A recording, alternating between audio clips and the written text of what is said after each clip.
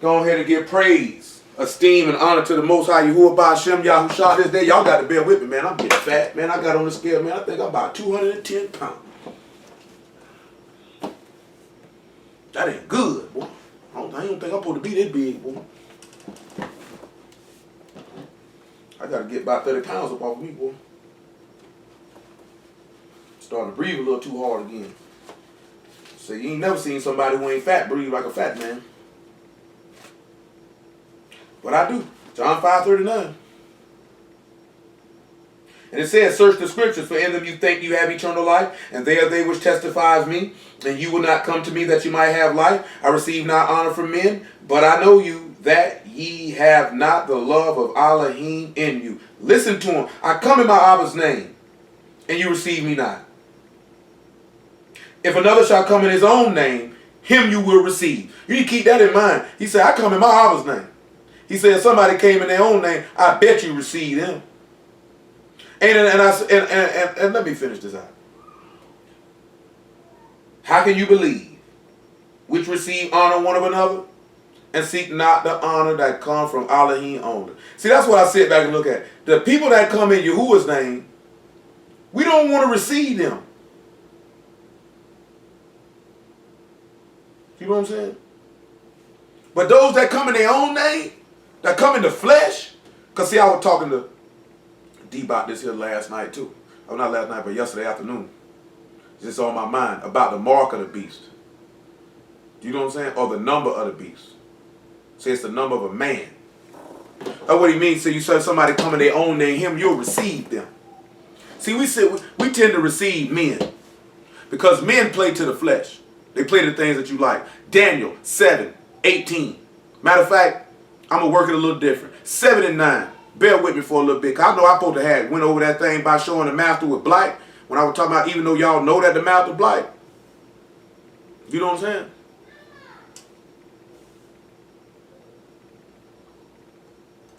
You know what I'm saying? But we got to work it that way for a reason.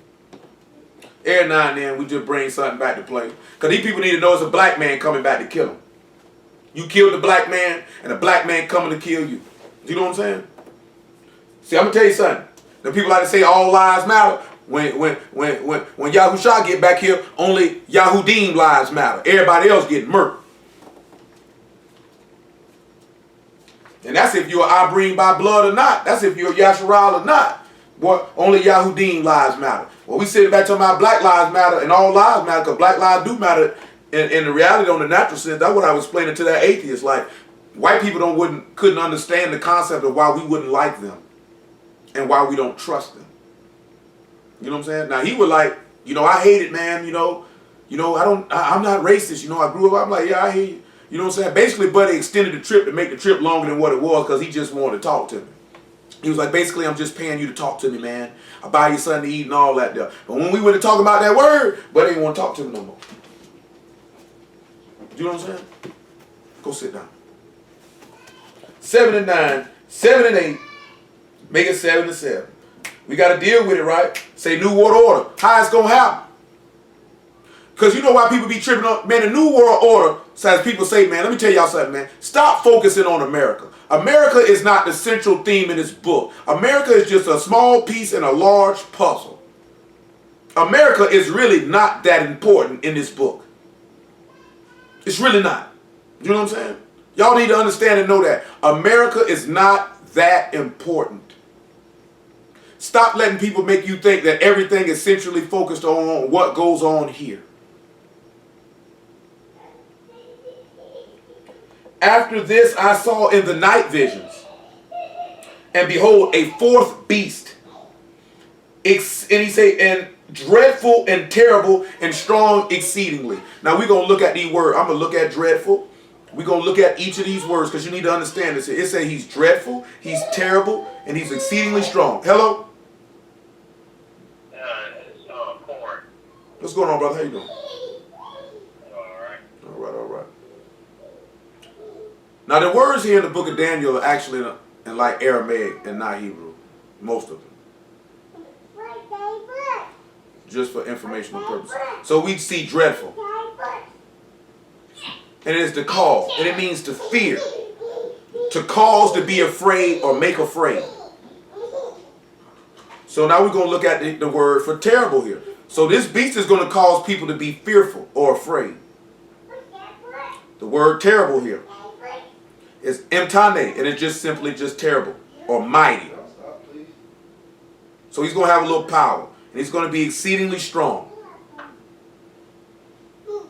And that word that we have here for strong is tekef, and again it's mighty, strong, or mighty. And then we have exceedingly.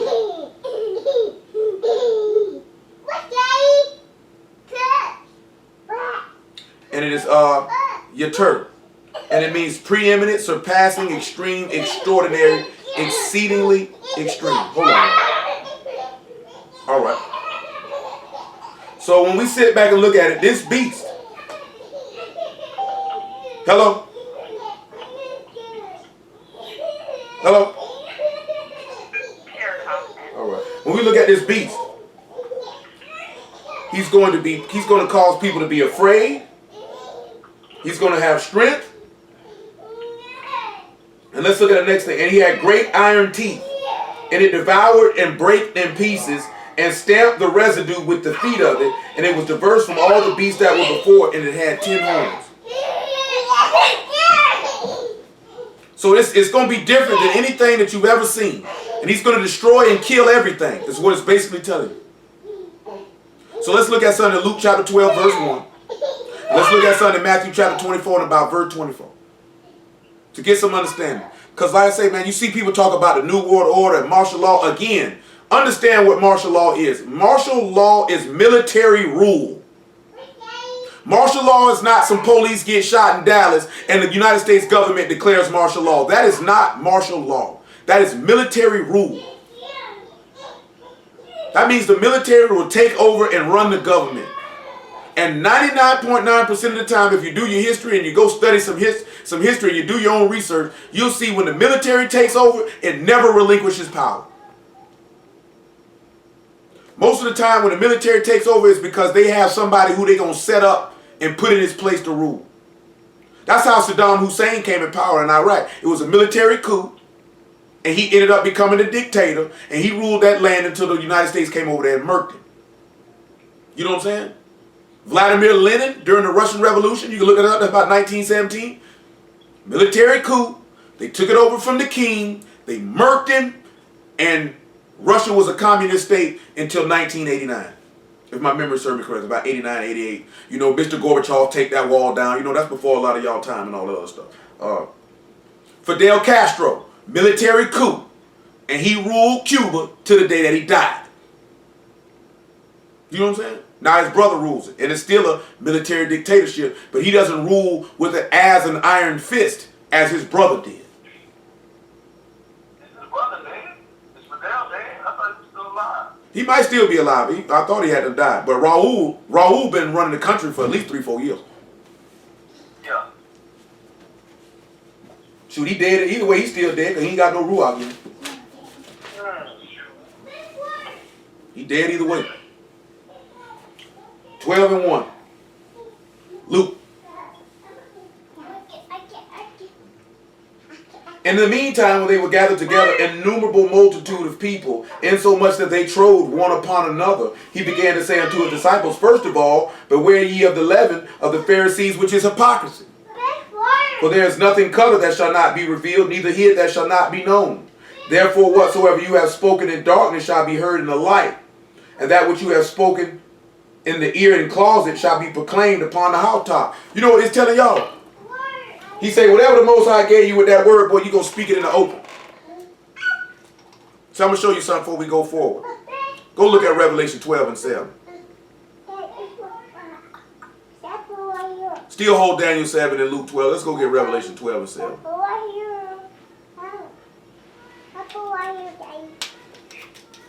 Revelation 12-7.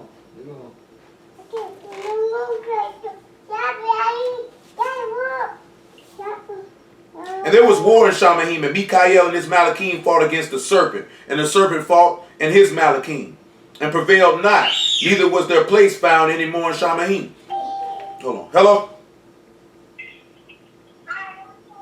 Hello? Come on, come on. What's going on, young lady? So, there was no place. And again, this is also pointing to you something, right? Because, you know, Michael's called the great prince. He's the one like Elohim. He's fighting against the serpent and his Malachim. This is again going on what I was talking about before we even started. The enmity between the serpent seed and the woman seed. Because what we so-called call the NWO is nothing but the fulfilling of Genesis 3 and 15. The hatred and the enmity between Yahuwah's seed and Hashatan's seed. At the end of the day, what so-called people call the NWO, that's really all it's about. Yah's children against Satan's children. Cain against Abel. The righteous versus the wicked. Ain't no in between. You either on one side or you on the other. Ain't no in between. You either going to be serving the dragon, or no, I'm sorry, my apologies. You either going to be serving the serpent or you going to be serving Yahuwah. Ain't no in between. Ain't no in between. You got to understand that and know that. This ain't the hokey pokey, man. You can't be wondering what. You either going to get down with Yahuwah and his people, or you going to stay down with Hashatan and his people. You can't play both sides of the fence. That's truth be told. That's extremely wicked. That's extremely wicked. And you not to be trusted. Because some of this stuff that's finna go down in this earth, I can't trust nobody that hang tight with sinners. You'll turn on us. You ain't rocking with what we rocking with. Your trust ain't in what we trust in because you meddle with sinners. You know what I'm saying? I ain't on that. Now, we already know the book say that some of y'all going to come with flatteries and we going to read it and you going to take some of us down. We know that. We don't fear it. Same token, I don't want you around me though. I don't want a nigga around me don't believe in this book. I don't want you around me. You know what I'm saying? Because I can't trust you. You know what I'm saying? That don't mean we're not going to deal with you in a righteous and upright manner. But you better believe I'm going to watch you. Because I know, boy, when the rubber hit the road and the fire gets struck, oh, you going to fall out. You're going to do just like Judas did. You're going to sell us out for some petty change. They ain't even going to have to offer you much. You're going to be just like that Crime Stopper sign, calling in to get a nigga for $1,000. What's $1,000?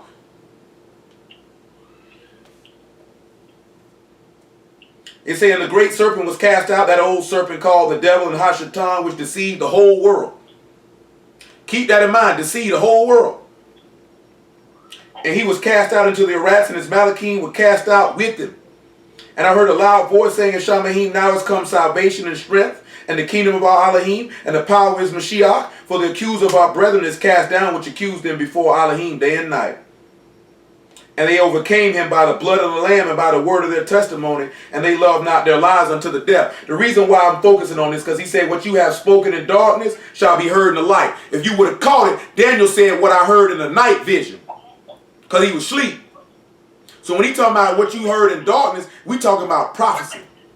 Revelation 19, you understand what I'm saying? The testimony of Yahushua, the Ruach of prophecy. You know, Numbers chapter 12. Hello? Somebody got to put their phone on mute because your speakerphone echo. Hello?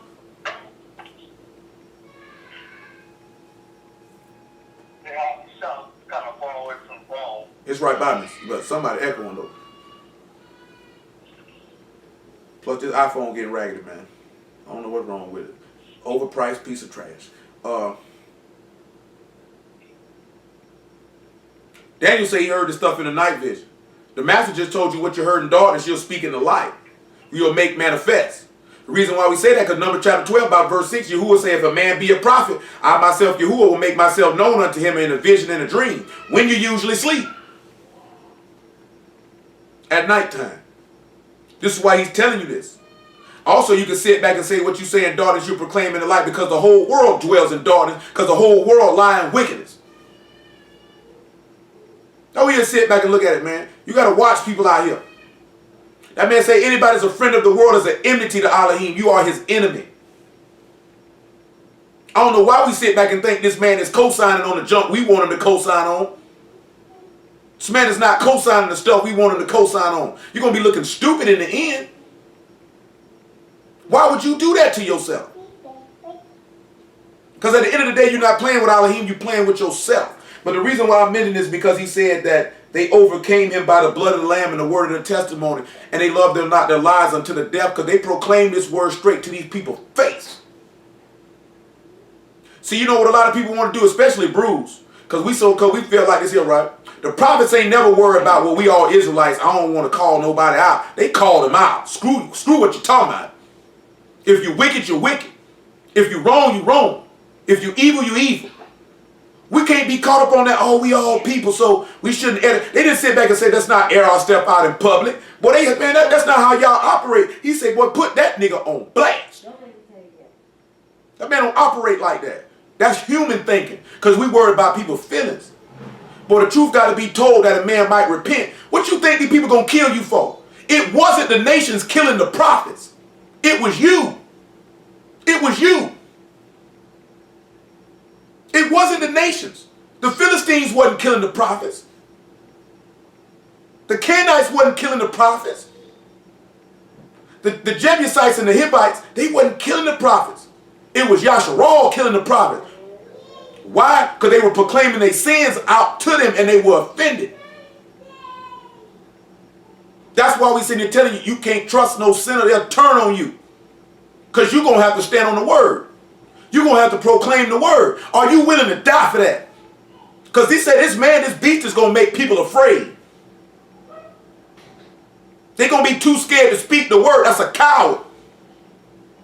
How you going to be scared to speak the word because you worried that people going to like you? Or they going to kill you? You're not cut out for this. You can't be around here worrying about if somebody like you or not. If they get upset. Matter of fact, the apostle, you say that to the master. That a saying offended them. Man, Yahushua ain't care nothing about that. So what?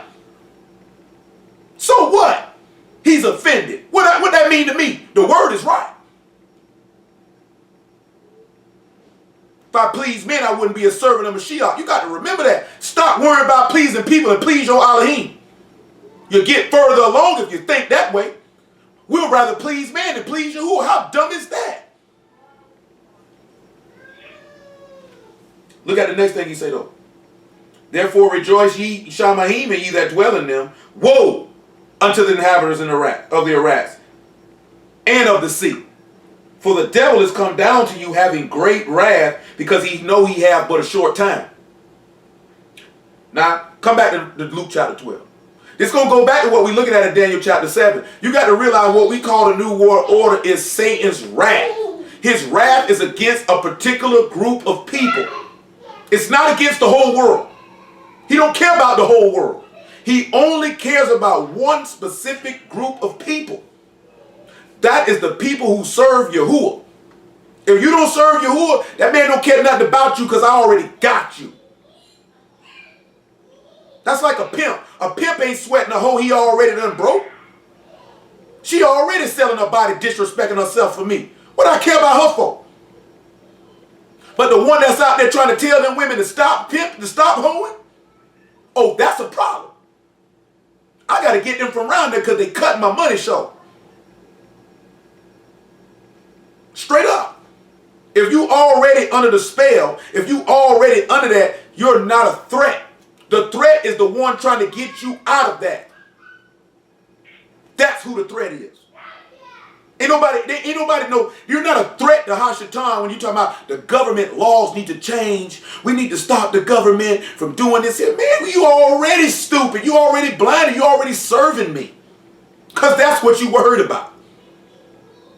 That's what you worried about stopping. You're not worried about stopping sin. You're not worried about stopping idolatry. You're not worried about stopping blasphemy. You're not worried about people getting the Ruach. You are not a threat. You're not proclaiming Yahushua HaMashiach. You are not a threat. Y'all better rise up and wake up and stop getting caught up in the secular stuff, mixing it with the word. You know you ain't supposed to have no mixed wine. No mixed garments, no none of that. Can't have no wool and linen on. Stop trying to be carnal and spiritual at the same time. You can't do that. That's an abomination. Luke chapter 12, verse 4. And I say unto you, my friends, be not afraid of them that kill the body, and after that they have no more that they can do. Who remembers what that means to be his friend? I went over that with y'all, some of y'all before. Who remember what that means? He say, I say to my friends. Who is he talking to?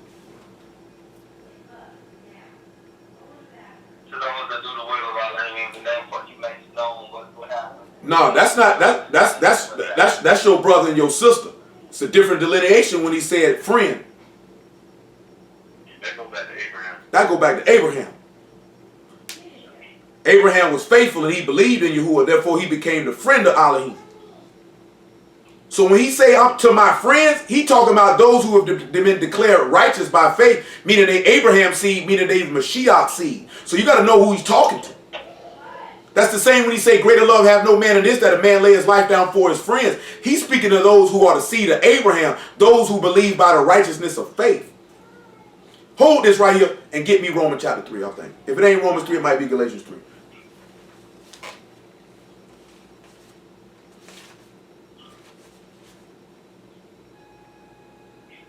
Yeah, it's Galatians 3. Not no wrong the wrong answer, Cord. Just not what we looking for. Y'all got to know the difference between your brother and your sister and then a friend of Elohim. Because the brother and sister, that's us that do the will, showing that we family. But a friend of Elohim is going to be the manifestation of your faith. Manifestation that you are literally from the seed of Abraham, Isaac, and Jacob. If you don't have the true faith in Yahuwah Elohim, by way of our master YAHUAH, then you would not be considered to be a friend of Elohim. Because the just live by their faith. Therefore, through your belief in Yahuwah, you will obey his instructions. Okay, also to be his friend, to know what it is that he's doing, and then that makes you think about before Yahuwah went to destroy Sodom and Gomorrah, he went and let Abraham know what was going to happen. But see, but before that even happened, Abraham was declared righteous before Yahuwah because he believed in Yah. Yeah. And that's how he ended up becoming his friend. You know the reason why I look at that? Because somebody who's your friend is somebody who trusts in you, and therefore you trust them. You know what I'm saying? This is why his friend, this man trusts me. Like you can't be friends with somebody you don't trust. That's why a lot of people are not. It's a lot of people who keep this man commandments, but they're not his friend. Because you don't trust me. You just got a vain worship.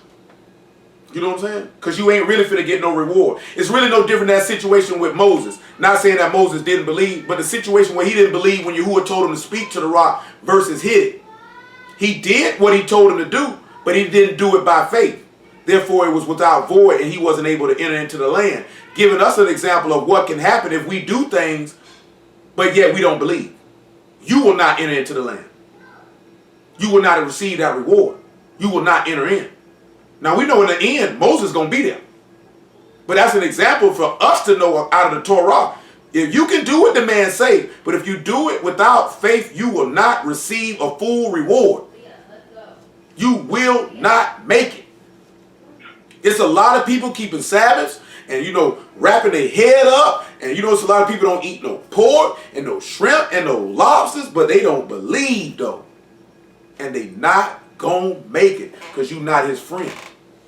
See, they try to do the works and then get the justification thinking that that's going to bring forth the faith. But the faith is what brings forth the works that get you the justification. Because if you don't believe, it's only so long you're going to keep these commandments. Because as soon as a situation arises that where your faith going to get tested and you really don't believe, you will falter and stumble and go back to sin. That's what's going to happen. And it's booked for that. It's booked for that. When you believe, you're going to hold firm to the confidence of what you heard. That's what's going to happen. So we have to remember that. What is it? Galatians chapter 3 by verse 6.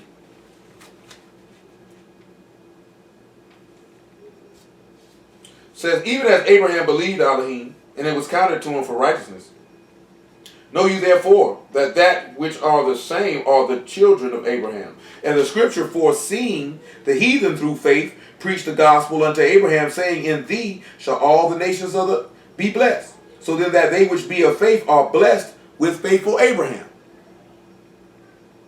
See, that's the whole key thing that you got to remember. When he heard the word, he believed it. And then he went and did it. See, a lot of our people are excited that they know they are brute. And they going, well, this is our culture. This is our history. This is our heritage. But you don't believe it, though.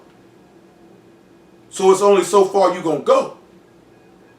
Versus you heard the word and you believed the word. You didn't get caught up on who you were according to the flesh. You didn't get caught up on this is just our history. You heard the word as if it was Yahuwah himself standing there before you, telling it to you, and you believed him. And therefore you went and moved on what he told you to do. And therefore you believed everything that he said he was going to give you. Therefore any obstacle, any tribulation, anything that would come before your face, you would endure it. Because you believed in what you were going to receive in doing so. That's where faith comes in at. A lack of faith will not allow you to endure. Come on back to Luke chapter 12.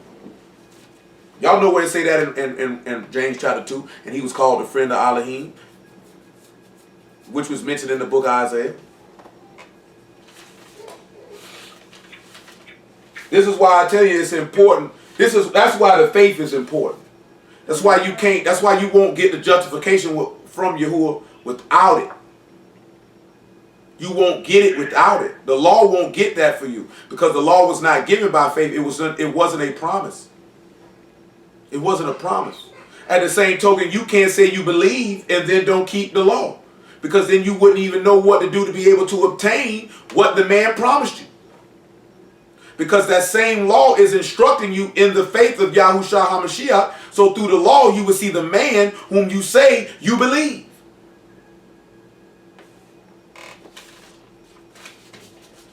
I'm going to read verse 4 again.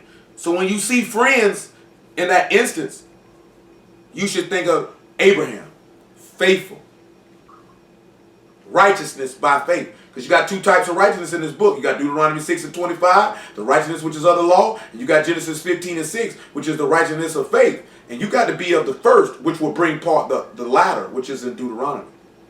But you got to attain to the first one, or you will not attain eternal life of which you seek. You got to have that faith. You got to believe. You have to take this word as if that man was sitting right there in front of you telling you everything that's in this book. He was telling it to you. Like he's sitting there telling it to you. Like he's sitting there telling you a story. He's sitting here telling you, check this out, right? I'm going to do this right here, and I'm going to do this right here, and I'm going to do this right here. I need you to do this right here. You with it? You're like, yeah, I got you, man. I'm handling that. You don't really know if he's going to give you this or not. But because you know who you're dealing with and who's speaking to you, and you know they a man of their word, you know they about what they talking about, you know they going to handle that, and you going to handle that. Because when you heard that word, you considered it to be true from your hearing ear. Therefore, you had intended in your heart to do it. But if you hear the word and you don't believe it, you haven't intended in your heart to do it with endurance. You'll do it for a time. And then Yahuwah will put you in a situation to prove you. And you're going to fall. Because that heart of faith wasn't developed. Y'all got to keep that in mind. A heart of faith will elevate you above heights that no man can touch. Your forefathers were elevated to heights, just like this here. Talking about this yesterday. Somebody say ain't nobody perfect in the book. And they were like, what you mean? Abraham, Isaac, and Jacob were. And you know what able them to make them to be complete in Yahuwah? It's because they had a faith in Yahuwah, and that elevated them to the heights that men don't normally attain to. Because they believed. They had that trust in him. They were willing to go wherever Yahuwah directed them, and they were going to stand on the word regardless of what came in front of them. 12 and 4, Luke. And I say unto you, my friends, be not afraid of them that kill the body. And then after that, they have no more that they can do. But I will forewarn you whom you shall fear. Fear him, which after he hath killed have power to cast into hell. Yea, I say unto you, fear him. Now, I say this beast is going to be real dreadful. He's going to have people afraid of him. Let's look at Revelation 13 and see why he would have people afraid of him. Because this is what everybody's screaming about. Martial law, and all that type of stuff. Before we even get to that type of point for this stuff to go down, this man has to appear. Matter of fact, I can get you this Revelation 13, right? Because some of this stuff we're going to bring back to remembrance and rehash. And maybe help out some of those who ain't heard it yet. You get you 2 Thessalonians chapter 2 and verse 1 behind it. And somebody get out and get your Isaiah chapter 8 too. I bring some stuff back to you remembrance while we're dealing with it. It's a Shabbat. We ain't got nowhere to go. Anybody ain't got nowhere to go. All we need to do is just hear the word and then go to sleep. Then wake up and hear it again. That if y'all be merciful to wake us up out of that sleep. Revelation 13. Look at verse 2. Make it 1. It's going to take our time, y'all. Ain't no rush. See what the book say. And I stood upon the sand of the sea and saw a beast arise up out of the sea, having seven heads and 10 horns, and upon his horns 10 crowns, and upon his heads the name of blasphemy. Now I'm going to ask you gentlemen a question. It say Yachanan and John was standing upon the sand of the sea. What was he standing on? Sand. I'm talking about, think about it, not just literal sand. What was he standing on? The word of God. That one too, but let's just sit back and look what he's, just follow me this here. Because if some of y'all who know the word, you should know exactly what I'm angling for. They'd be like the sand of the sea. That means when he say he was standing on the sands of the sea, he was standing with the people. He was standing with his people. You know what I'm saying? Let's find, I'm trying to think of where it say that at. I'm thinking Genesis 15. Look at me. Let's look at Genesis 15. Let me see if he say that there, or if it's just the stars. I think it's just the stars there. Yeah, it's just the stars right there. Let me look at Jeremiah 33. Let me see if Jeremiah 33 got that word. Praise y'all for the word. So that means to sit back and look at it right, that we need to realize that when this man comes, we need to be standing with the people. We need to be standing with those who trust in Yahuwah. We don't need to be standing, because the beast coming up out of the sea. So what does the sea represent?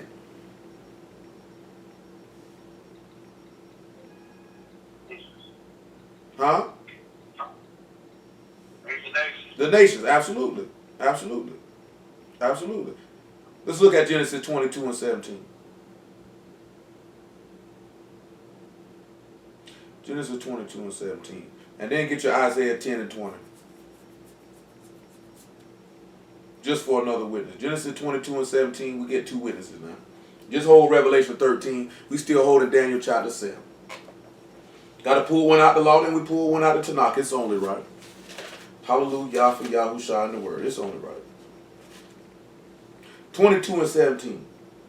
But make it about 16. Make it 15. Because now we're going to sit back and look at what is he talking about and what's going on. And the Malachim of Yahuwah called unto Abraham out of Shamahim the second time. Matter of fact, let's back that up. Verse 14. Abraham called the name of that place Yahuwah YAHUAH, as it is said to this day, in the mount of Yahuwah it shall be seen. Now what y'all think that could mean?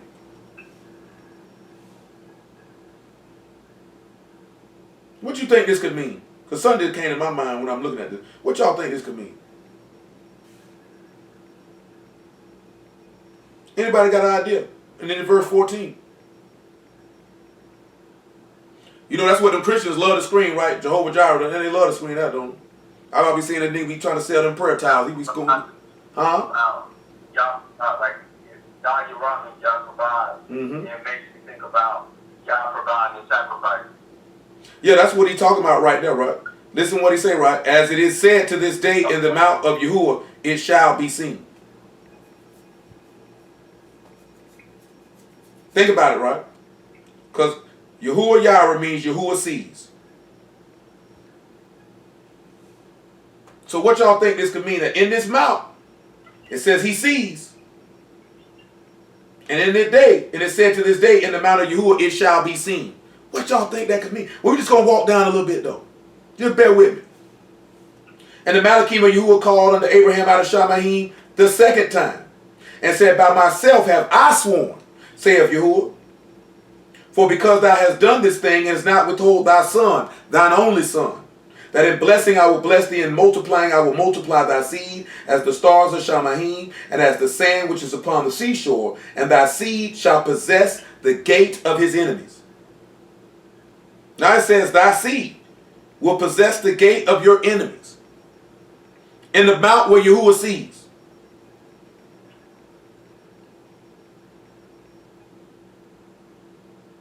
This is the entry place, or the public meeting place, city or town, gate or palace, temple or court or the tabernacle. It's going to make a little sense in a minute when we run it all down. Because when we look at what this so-called New World Order about, it's about a satanic worship. And it's about a singular man establishing the worshiping of Satan in the earth openly. to the death of all those who oppose it, who worship the true Elohim. Because they ain't studying nobody worshiping Buddha. They ain't studying no Muslim. That's why you got so-called religious conferences to make all the religions come together, and you see those bumper stickers that say coexist with all the quote-unquote logos of every religion and all this stuff, and we got to be tolerant, and we shouldn't go off. Man, screw a nigga who worship an idol. You an idiot. You stupid, just like the idol you serve. Because that's what my Elohim say about somebody who worship an idol and trust unto it. You dead and dumb and stupid just like that idol. Now, don't you think in a time when people worshiping idols, if you stand up talking like that, they going to want your blood? Does that frighten you? Does that put fear in your heart? Because if you scared to mash on them now, you ain't going to mash on them then. Well, you know no cowards ain't getting in now. You can't be no coward. You can't be no catch and fetch for your master, no wet and soft slave nigga for your master now and think you going to get in. You can't sit down and pee and think you're going to get in. You got to be a man, 10 toes on the ground, I will not be moved. House is built upon a stone, a straight brick, chief cornerstone. All those that believe on him shall not be ashamed. You got to trust that and know that. If you feel like you're going to be ashamed, that's why you won't stand. They going to kill me, they going to beat me, they going to lock me up. Man, nigga, sit your cow behind down somewhere and let some real soldiers stand up there and get out the way. Because that's what YAHUAH did now. We got booked for that. Because the law says if a man be fearful, tell him stay to the house. Say he'll put fear in everybody else. That's the law. The law say lead the cowards to the house. Don't even bring them out here on the battlefield to fight. We can't do nothing with them. And we know our warfare is not against flesh and blood. So when you talking about spiritual battle and you a coward and you soft, nigga, sit down somewhere. Put fear in everybody else. He said I ought to speak the word of Elohim boldly as I ought to speak. Can't speak no word boldly, you a coward. Because cowards are fearful. Cowards will fold and cowards will snitch. I'm from the street. I don't mess with snitches, man. I don't trust a snitch. You know what I'm saying? Straight up, stay from around me. Because a snitch will switch out as it benefits him. A snitch has no loyalty. His only loyalty is to himself. Straight up. Judas had no loyalty. His only loyalty was to himself. His loyalty wasn't to the 12, nor the master, nor his Elohim. That's why he sold the master out. And y'all don't want to know what the book say about Judas. He say let Satan sit at his right hand and let his prayer become sin. That's how the book feel about Judas type individuals. Set Satan at his right hand. And let your prayers be a transgression of the word. Now that's tight. That's hardcore right there. That your prayers are sin. Whew. Isaiah 10 and 20. Y'all bear with me what I'm going to show you out of Genesis 22. Just bear with me. You better soldier up out here, man. You better get you some testicular fortitude. Hello? Hello? Isaiah 10 and 20. I think some of these women got more heart than most of these dudes out here to be dead real with you. And that's bad for business. You say, how your old lady got more heart than you? I don't even see how a woman could be with somebody she got more heart than. You married to a coward. Say, how you miss that? Boy, I done seen dudes, man, real talk, bro. Got 1,000 guns. And when it go down, ain't gonna bust nothing. I remember my homeboy was like, bro, go get the guns, bro. Nigga say, you got a house full of them. Ain't gonna bust nothing. Buy a different gun every day. Hello? Somebody got to mute their phone. It's echo. Hello? Somebody got a lot of background noise on that there, man. Be respectful to other people now. Don't be rude. 10 and 20. YAHUAH. And it shall come to pass in that day that the remnant of Yasharal, listen what he say now, as such are escaped of the house of Jacob, shall no more again stay upon him that smote him, but they shall stay upon YAHUAH, the Kadesh one of Yasharal. The remnant shall return, even the remnant of Jacob, unto the mighty Elohim. For though thy people Yasharal be as the sand of the sea, yet a remnant shall yet return. The consumption decree shall overflow with righteousness. For YAHUAH Elohim of hosts shall make a consumption, even determined in the midst of all the land. Therefore thus saith Yahuwah Elohim of hosts, O my people that dwell in Zion, be not afraid of the Assyrian. He shall smite thee with a rod, and shall lift up his staff against thee after the manner of Mizraim. Follow me now, because we talking about the quote-unquote New World Order. What is this man talking about right here? He say they will smite thee with the rod and lift up the staff against thee, just like it happened in Mizraim. Just like it happened in Egypt. What y'all think that could mean? What y'all think that could mean? Any of you brothers got an idea?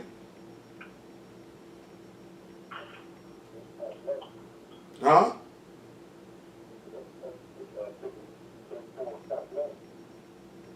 Indeed, but I was talking about for those who may have not heard, I want to hear what y'all would say to them. Some people on here, they're not familiar with it. What was the question again? It said, he says, when he said he shall smite with the rod and lift up the staff against thee, he said to be not afraid of the Assyrians. He said, okay, let me read it again in verse 24. Therefore thus saith Yahuwah Elohim of hosts, my people that dwell in Zion. So the first question is, when he say dwell in Zion, where are they talking about dwelling at?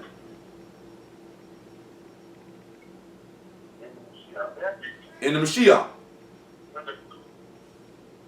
We got to remember, because in this place he say those that are escaped out of Jacob. So we're not actually dwelling in the land.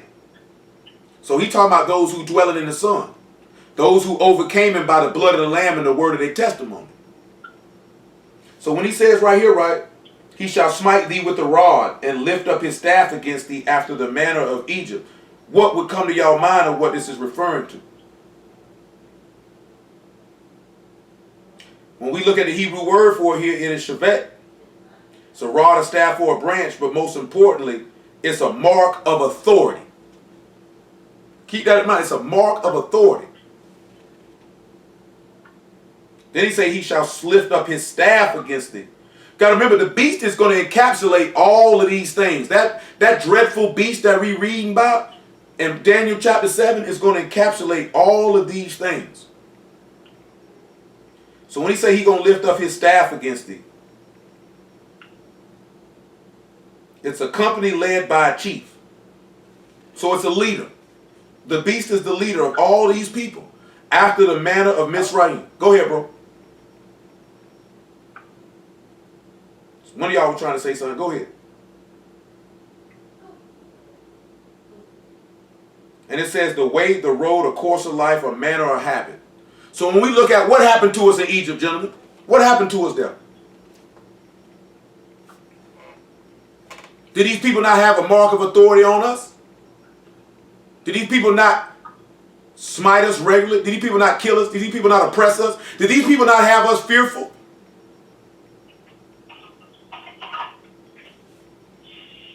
Because we were scared of Pharaoh.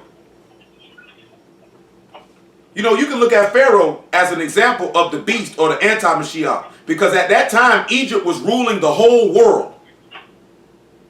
It was a system where everybody was up under Egypt. The same way when we look at Nebuchadnezzar, the whole world was up under Nebuchadnezzar. He was running the whole thing. This is why we're telling you the quote-unquote New World Order is not new. Because it was centered around one key thing: idolatrous worship. That's what it was centered around. Idolatrous worship. That's what y'all got to remember. The whole thing is about idolatrous worship. The quote-unquote New World Order is about idolatrous worship. And those who will not participate in idolatrous worship are only the people of Yahuwah. Why? Because we have been commanded to bow down and serve no other gods but our power. Baruch be his name. Yahuwah Ba'ashem Yahushua. That's the only Elohim we serve. We can't serve another power. We can't do that.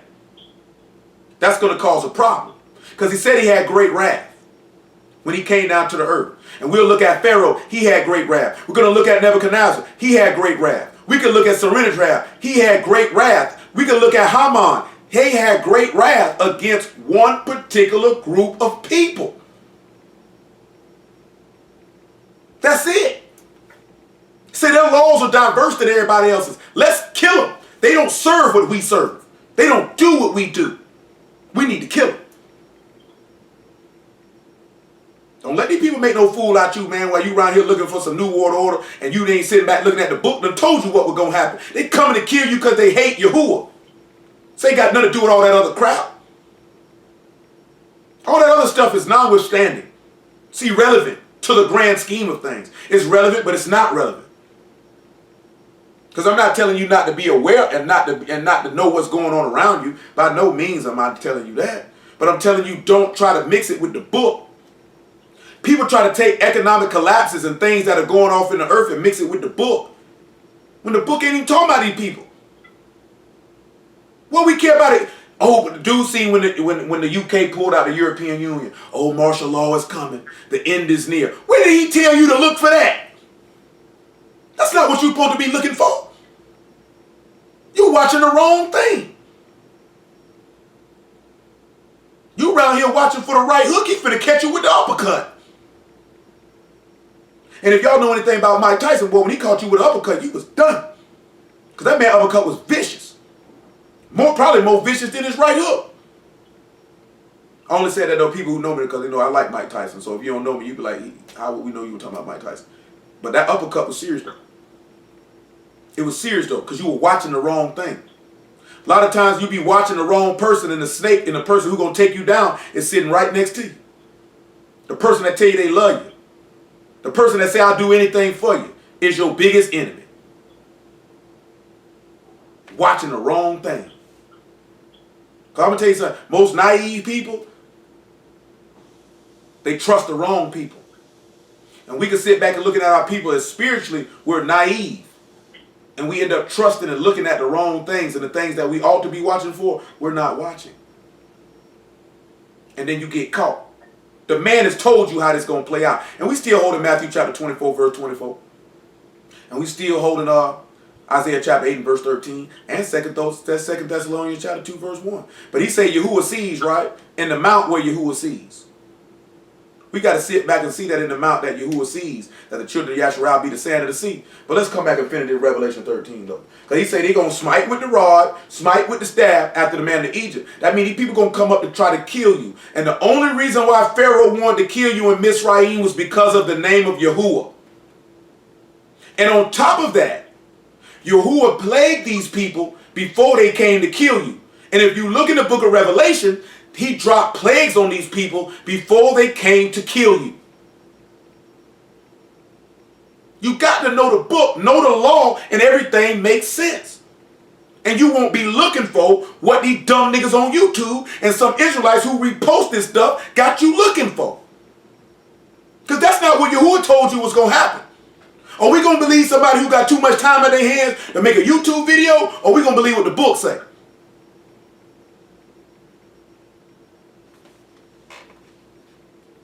Let's finish. What the book say? I won't talk about. I'm going to go over what the book say. At the Revelation 13. So now you see what it means when Yachanan or John say, I'm standing upon the sand of the sea. I'm standing on the people. I'm with the people. I'd rather suffer affliction with the children of Elohim than the pleasures of sin for a season with a wicked nigga.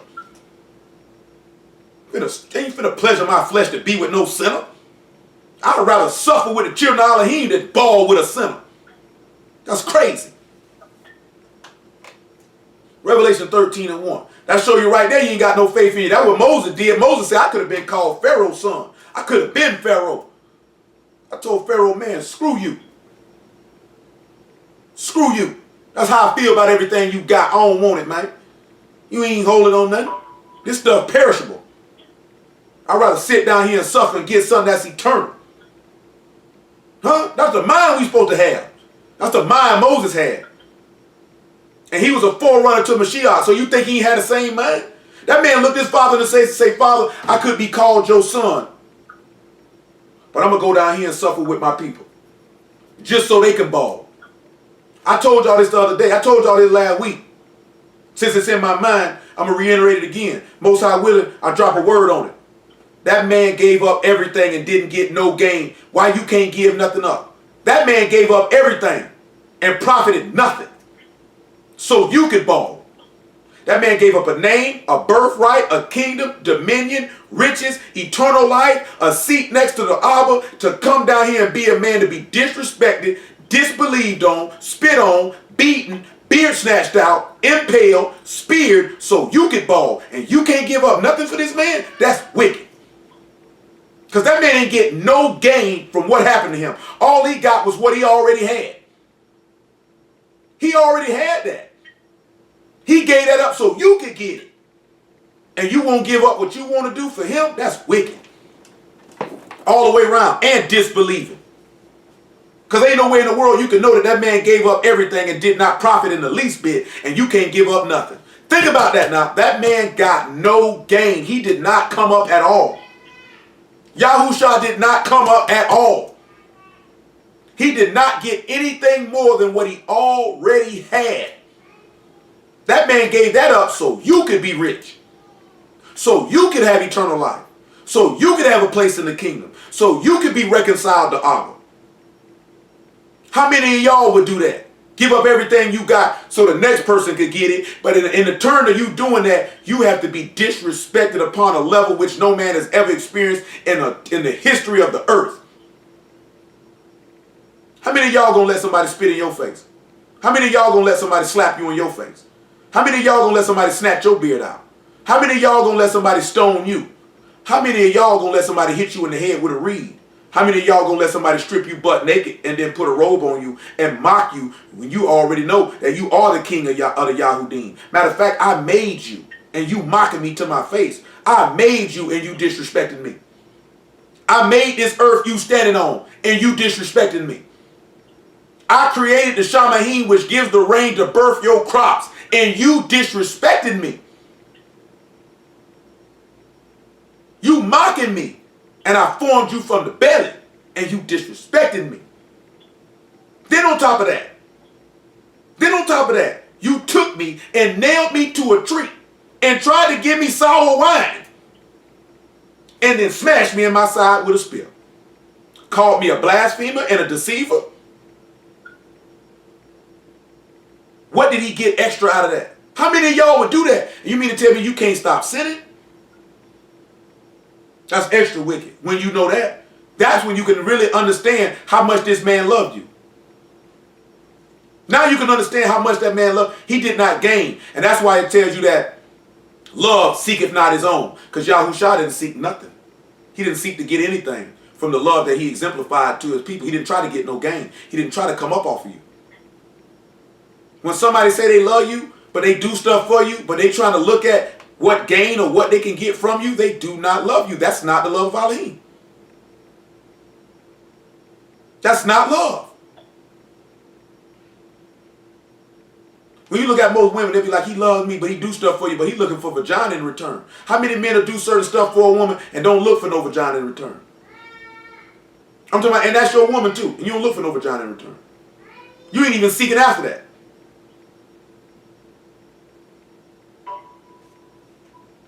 How many men will sit back and see that they woman trying to do certain stuff from them, and you'll tell them, nah, baby, don't do that. No, don't do that. Don't do that. You good. You don't need to do that. I ain't seeking nothing from you. I'm not trying to get no gain from you. I don't want nothing from you. All I want you to do is reciprocate the love that I'm showing unto you. You don't have to buy or do anything for me other than love me. How many men would do that? You got some of these old nothing niggas out here would take anything from a woman. Won't tell her no. Will literally live off and leech off this woman every chance he get. Man don't love that woman. That's not the love of Elohim. The love of Elohim does not seek to come up off somebody. They don't seek to see what gain or what I can get out of what gratification I can receive. We got to remember that. 13:1. And I stood upon the sand of the sea and saw a beast rise up out of the sea, having 7 heads and 10 horns, and upon his horns 10 crowns, and upon his head the names of blasphemy. And the beast which I saw was like unto a leopard, and his feet were as the feet of a bear, and his mouth is the mouth of a lion. And the serpent gave him his power and his seat and his great authority.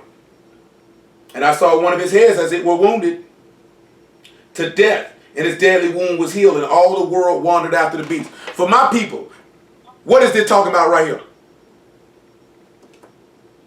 Who remembers? What is this telling us what is this telling us that the beast is going to do? He going to try to mock what Yahushua did during Passover. He's going to try to imitate Passover. He's going to try to imitate the death and resurrection. The New World Order niggas don't tell you that. They around here telling you about Project Bluebeam. Man ain't told you nothing about no Project Bluebeam. Nigga, screw a Project Bluebeam. You know what I'm talking about? These niggas around here telling you about CERN. The portals are open. The portals are open. Man, slap yourself. Talking about some portals open. Where Yahuwah told you about some portals opening at?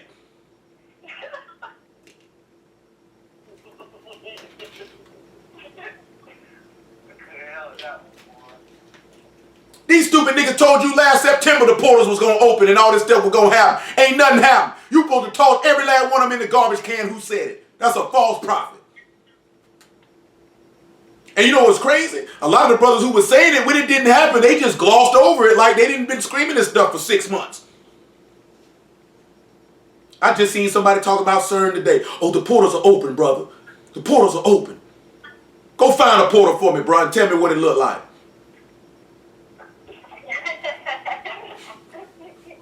You know what I'm talking about? You go find a portal with some demons jumping up out of there. Because I ain't never read in the word nothing about no portals, man. Huh? Say it sound like what? I thought it was like some form of rapture. No, but they gonna get you right, man. They gonna come get you. They say is with that portal, they try to tie that into the bottom of the pit. Like they say when the portal's open, that's the key to the bottom of the pit. Yeah, that's how they tie it in. A bottomless pit. That means the pit don't never stop going, but it's a portal. So I guess when he fall through the pit, he just come up somewhere else then. Giving him a key to the bottomless pit, so they saying that CERN is that key, opening up the bottomless pit to having them Jesus or whatever. And you know what the next question is? You got a precept for that? See the bottomless pit with the key, but that's one witness though, bro. I reject your deposit. Simple as that.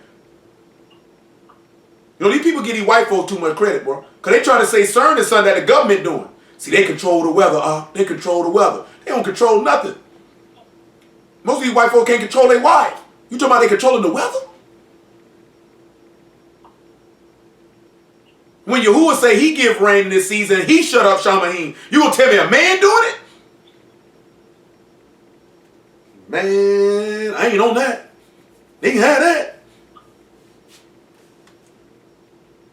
Listen to verse 4 though.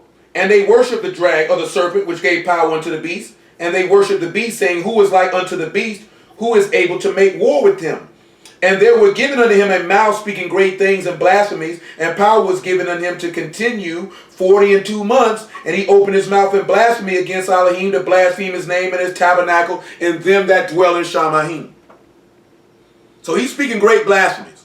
He talking real reckless. Let's look at an instance where somebody was talking reckless against Yahuwah. Speaking some great blasphemy, speaking great words.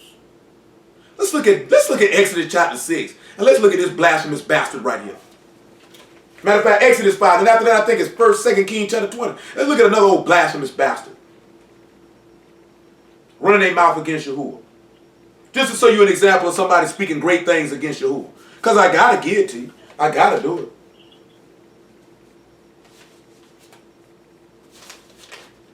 Exodus 5 and 2. Make it 5 and 1. Then we go look at Serenity with his wicked self. Remember, these are rulers. These are rulers now. So you got to pay attention to what we're looking at. When we look at a new one, see, they're not doing that right now. Nobody is actually in the openly blaspheming the tabernacle. Like in America, ain't nobody finna openly blaspheme Elohim that rules in power. They're not going to openly do that. Because they know people will turn against them. But nigga talking about a new world order coming. This stuff got to happen first. They got to get reckless against Yahuwah. They reckless against Yahuwah in behavior. They haven't got in their mouth, but in private though. They not doing it in the open though. You talking about this stuff gonna happen in the open though. And you see how he say, who is able to make war with the beast? Because he be fearful and dreadful and terrible and exceedingly strong, because people are scared of him. That's what you say. Who can make war with him? That's like somebody say, but who could beat him up? Because you scared of him. You scared of what he can do. But at the end of the day, he ain't nobody to be scared of. Who you gonna fear? He say, I fear YAHUAH. I shall not fear what man will do unto me. The beast ain't nobody but a man.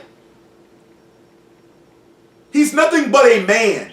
He just got power from Satan. The same token that when the master was on the earth, he was a man that had power from Elohim while he was on the earth till he resurrected from the dead and returned back to the state of which he began, being the son of Elohim. See, again, it's the parallel. He trying to be Yahushua. That's what you're supposed to be looking for. Not no FEMA camps. Because we already know these people going to lock us up. So what? They locked Jeremiah up for the word. And guess who locked him up? The children of Yasharal. That's who locked him up. Who locked the master up? The children of Yasharal. So who you think going to snitch? Who you think going to get you killed? It ain't the nations. The nations going to use you. I posted a story in the chat. Irregardless of Corrine Brown. Look at what the white people did. Let me lock up your people, your family, your blood. Let me put a whole bunch of charges on them where they looking at a whole bunch of time so they can tell on you, because it's you that we want. We want Corrine Brown. We don't want your nephew. We don't want your sister. We don't want your friend. We want you. So the time going to come where these people going to come after your family and try to lock them up because they want you. It could be your husband. It could be your wife. It could be your sister. It could be your daughter. It could be your brother. It could be your son. It could be your mama. It could be your daddy. It could be your granddaddy. It could be a co-worker. It could be anybody. And if they not on the word, then people going to turn on you because they're going to seek to save themselves. Even some of those who profess faith in this word, when they get real and they really don't believe, they're going to turn on you. I told y'all a few weeks back, just like off that Ice Cube song, which is before a lot of y'all time, came out in '93. When will they shoot? He said when they shoot, no, it won't be a cracker. They'll use somebody much blacker. When they infiltrate, when they took down the Black Panthers, it was black people who did it. Even Yahweh ben Yahweh, as wicked as he was, when they took that down, they used black people. They used black people. As wicked as Malachi Z. York is, they used black people to infiltrate. Because he was molesting children. He don't get no pass. Nasty buzzard. Yahweh ben Yahweh was wicked. He don't get no pass. Niggas was wicked. All day long. I don't care who don't like it. You know what I'm saying? I tell them that and they followers that to their face. Yeah, that nigga's wicked, man. What do you mean? Not standing that. You know what I'm saying? I'm just giving you an example. Nation of Islam, to take down Malcolm, infiltrate. That's what they do. You better go read COINTELPRO. But if you want to read COINTELPRO, all you need to do is read Matthew chapter 26. And you can see COINTELPRO in action. Read John chapter 11 by verse 45. And you can see COINTELPRO in action. Huh? Read Matthew chapter 2. You can see COINTELPRO in action. You ain't even got to read the actual document. It's in the book. Ain't nothing new under the sun. They've been doing. Go read Exodus chapter 2. You want to see COINTELPRO.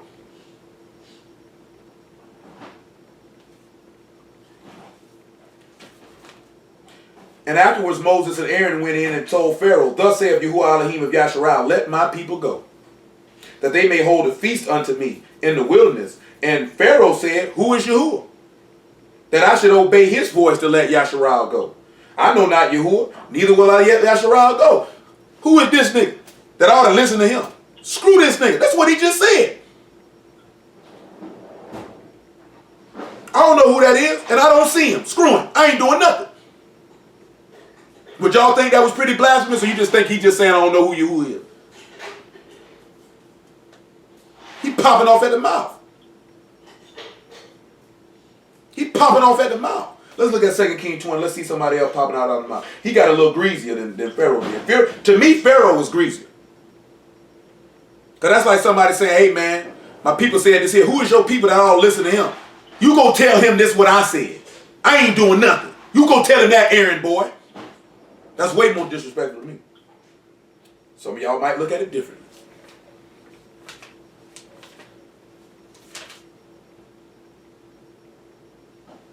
But in 2 Kings 20. My apologies. 2 Kings 19.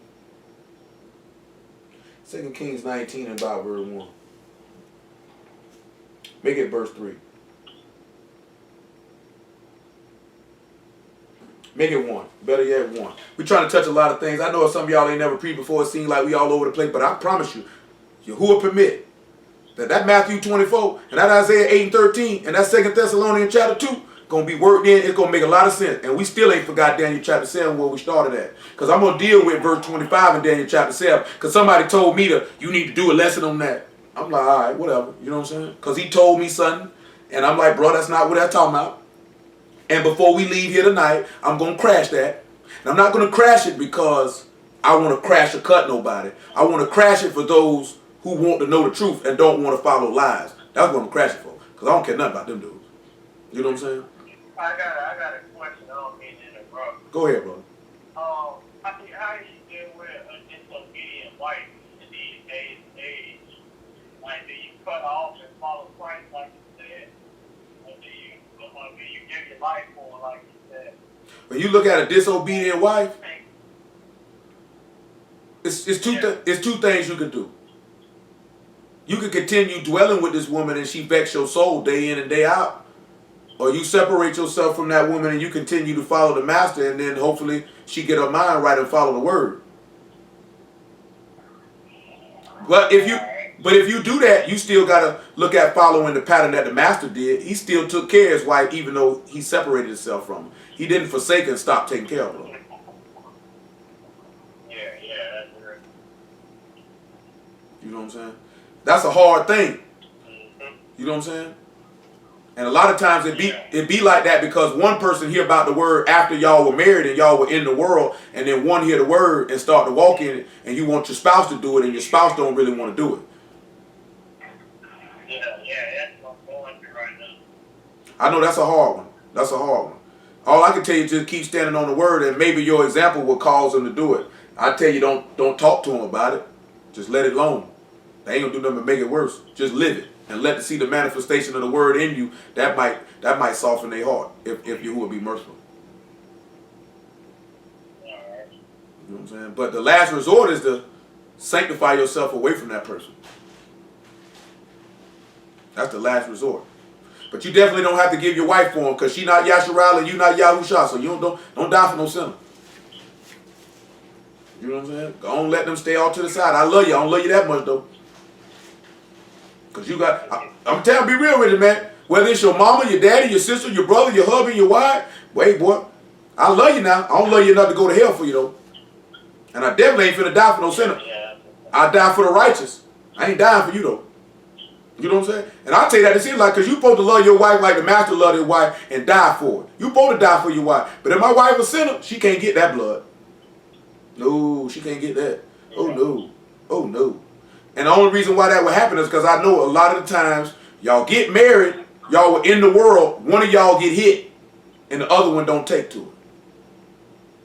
You know what I'm saying? It's different when you not married and then you get married to somebody who in the word.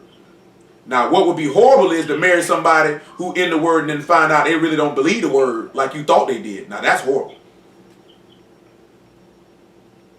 I think that would be a worse situation. To be married to somebody and you find out they ain't faithful to Yahuwah like you thought they were.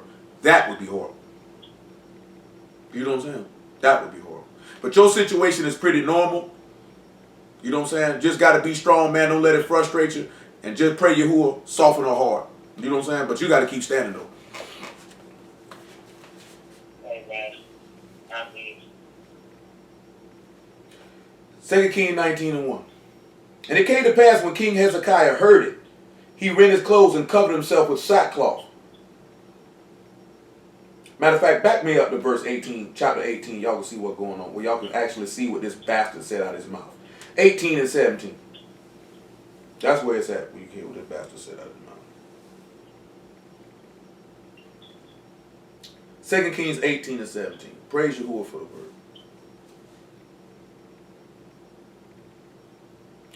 And the king of Assyria sent Tartan and Rabsaris and Rabshah from the ships to King Hezekiah with a great host against Jerusalem. And they went up and came to Jerusalem, and when they came up, they came and stood by the conduit of the upper pool, which is in the highway of the fuller's field. And when they had called to the king, there came out Eliakim the son of Hilkiah, which was over the household, and Shebaniah the scribe, and Joel the son of Asaph the recorder. And Rabshakeh said unto them, Speak ye now to Hezekiah, Thus saith the great king, the king of Assyria, What confidence is this wherein thou trust? This man just say, why do you have confidence in Yahuwah? That's blasphemous in itself. Some of y'all got people who come to y'all and say, why you got confidence in God? Why you trust his word? Why you believe that? Get that wicked nigga from around you. Boy, I hear somebody come at me like that, bro, I'll be ready to fight. What you mean? That's the devil right there, man. When somebody calls you to doubt, to have your confidence and trust in Yahuwah, that is Satan. I don't care who you think they are. I don't care how good you think they are. I don't care how nice you think they are. They got the devil in them. The devil talk like that. You're supposed to be wise enough to know. That's why he say be wise as a serpent and harmless as a dove. You're supposed to know the devil when he talking. Because it's certain things that he says. That when people say certain things, I mean, boy, that nigga got a devil in him, man. The devil talk like that. A person come to you and say, what confidence is this wherein thou trust? Listen to what he say in verse 20. Thou say, but they are but vain words. I have counsel and strength for war. Now whom dost thou trust that thou rebel against me? This is how the beast coming at people. Who can make war with me? You ought to be afraid. Now behold, thou trust upon the staff of this bruised reed. Oh man, think about that now. Thou trust upon the staff of this bruised reed, even upon Mizraim, which if a man lean, it will go into his hand and pierce it. So is Pharaoh king of Mizraim unto all that trust on him. Y'all think this about Pharaoh? What y'all think they're talking about? Y'all think they're talking about Pharaoh? What y'all think they're talking about? Because that ain't talking about Pharaoh.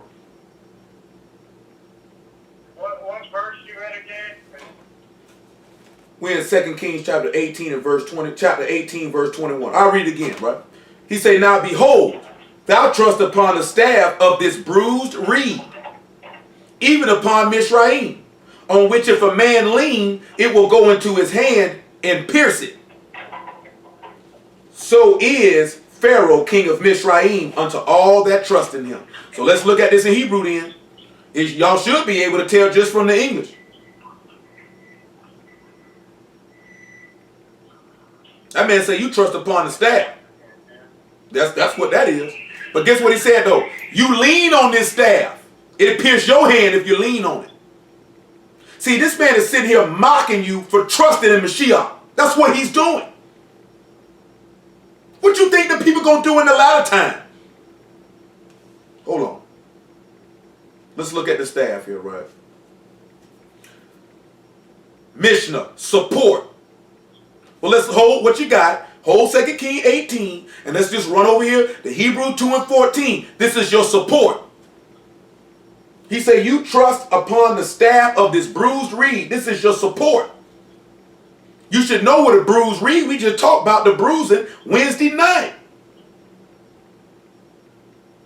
When he said you'll bruise his heel and you'll step on his head. To crush and oppress. You know they oppress the master. Huh? They trust in Satan instead of the Lord. Well, and this one here, what he coming at here, and when we look at reed, we look at reed, stalk, bone, or balances, or water plant, or shoulder joint, or branches of a lampstand. Well, this one here, right, what the king of Assyria is trying to say is, y'all trusting in this person, and you're going to end up like the Pharaoh king of Egypt who I took down. Now, we know the master was killed but resurrected. But the beast is going to come on some other type time with it. because the master is not here to physically defend himself, so to speak. But let's see how he's your support. And I bring 2 and 14, Hebrew 2 and 14. Let's see how he's your support. Because he said, you trust upon this staff of this bruised reed. This man that was crushed and oppressed. He beheld oppression in the land of the living. Remember the book say oppression make a wise man mad. The master was oppressed. You don't think the father was mad about it? Again, it's going to tie back into in the mountain in which Yahuwah sees. Where the sand of the sea at. Say he going to see right there. The remnant going to return. They going to do you with the staff. And the rod after the manner of Egypt. They're going to persecute you. They're going to kill you. They're going to oppress you. This is what's going to happen to his people in the latter day. And Yahuwah is seeing all of it. But he said a remnant is going to escape. I promise it's going to all make sense and flowing together by the time we get finished. For as much as then as the children are partakers of flesh and blood, he also himself likewise took part of the same, that through death he might destroy him that had power over death, that is the devil, and deliver them who through fear of death were all their lifetime subject to bondage. For truly he took not on him the nature of Malachim, but he took on him the seed of Abraham, like we seen in Genesis 22.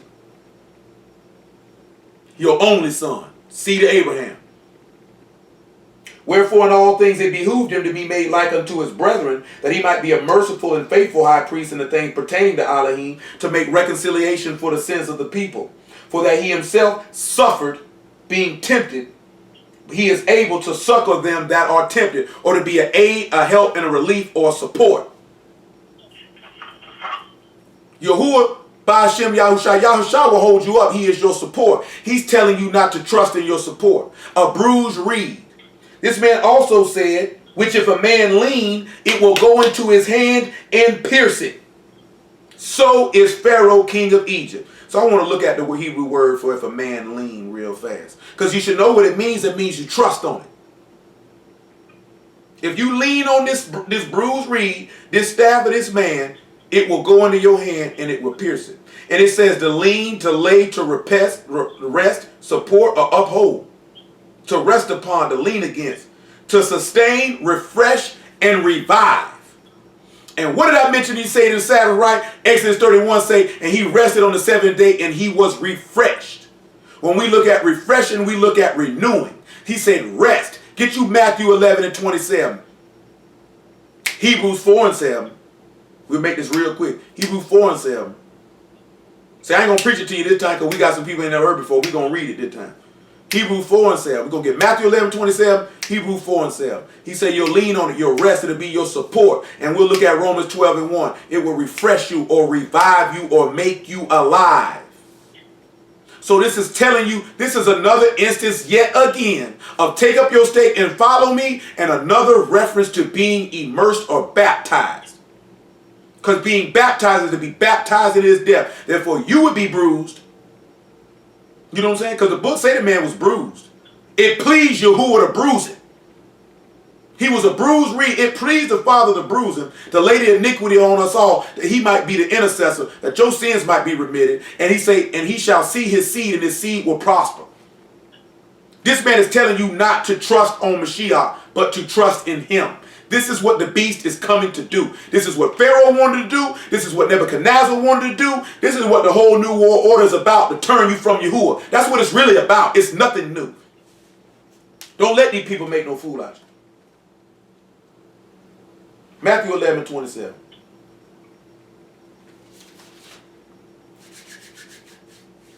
All things are delivered unto me of my Abba, and no man know the Ben but Abba. Neither know any man the Abba save the Ben, and to he to whomsoever the Ben will reveal him.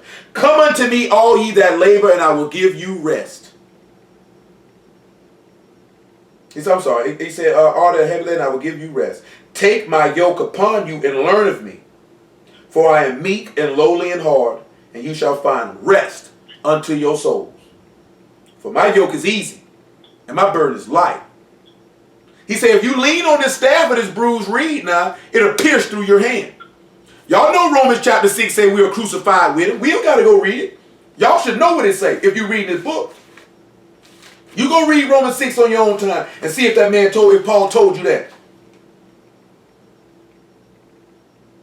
that our old man is crucified with him, that the body of sin might be destroyed. This man is telling you not to destroy sin. Say, if you lean or rest or trust upon this staff of this bruised reed, your soul will be saved. He's telling you not to trust in that. What you think the beast coming to do? Because he coming to try to imitate that same wound, to get you to trust and lean on him, to damn yourself for eternity. Don't be no fool now. Hebrews 4:7. Don't be no fool now.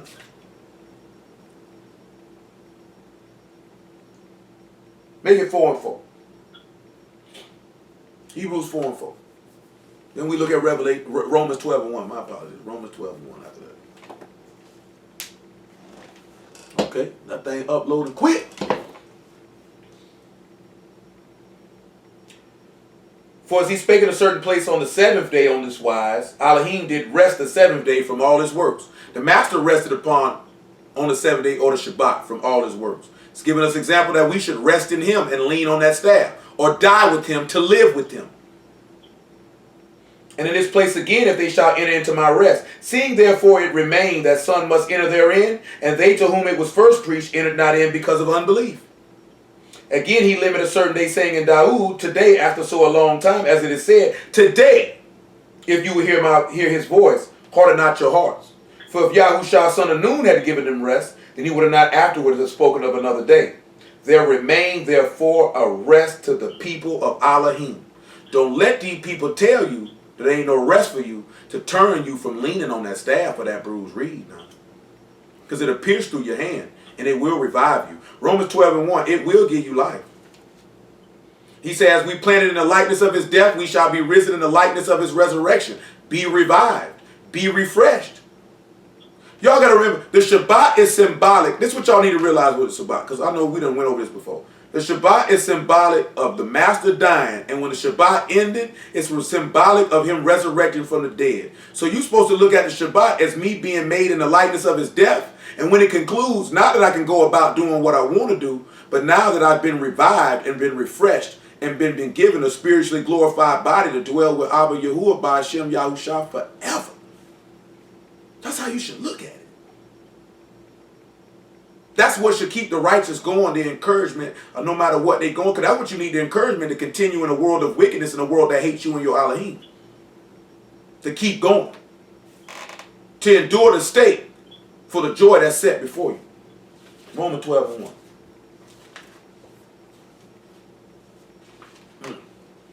Excuse me. That was a mean crack of the neck right there. I beseech you, therefore, brethren, by the mercies of Elohim, that you present your bodies a living sacrifice, Kadesh, acceptable unto Elohim, which is your reasonable service.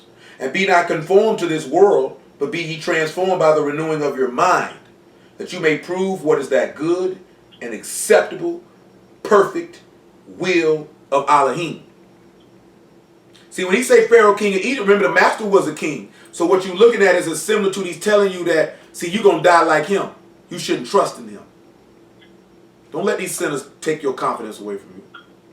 Our confidence is not in ourselves, but in Yahushua HaMashiach, who we preach. He said we have a sentence in ourselves that we should not trust in ourselves, but in Elohim that raised from the dead. Don't let the people take your confidence from you. Come on back to 2 Kings 18.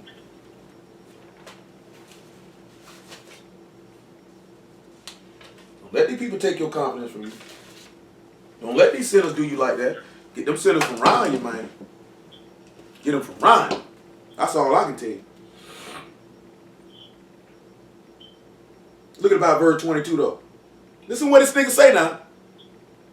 But if you say unto me, we trust in Yahuwah Elohim, is not that he whose high places and altars Hezekiah have taken away, and have said to Yehuda and Jerusalem, you shall worship before this altar in Jerusalem?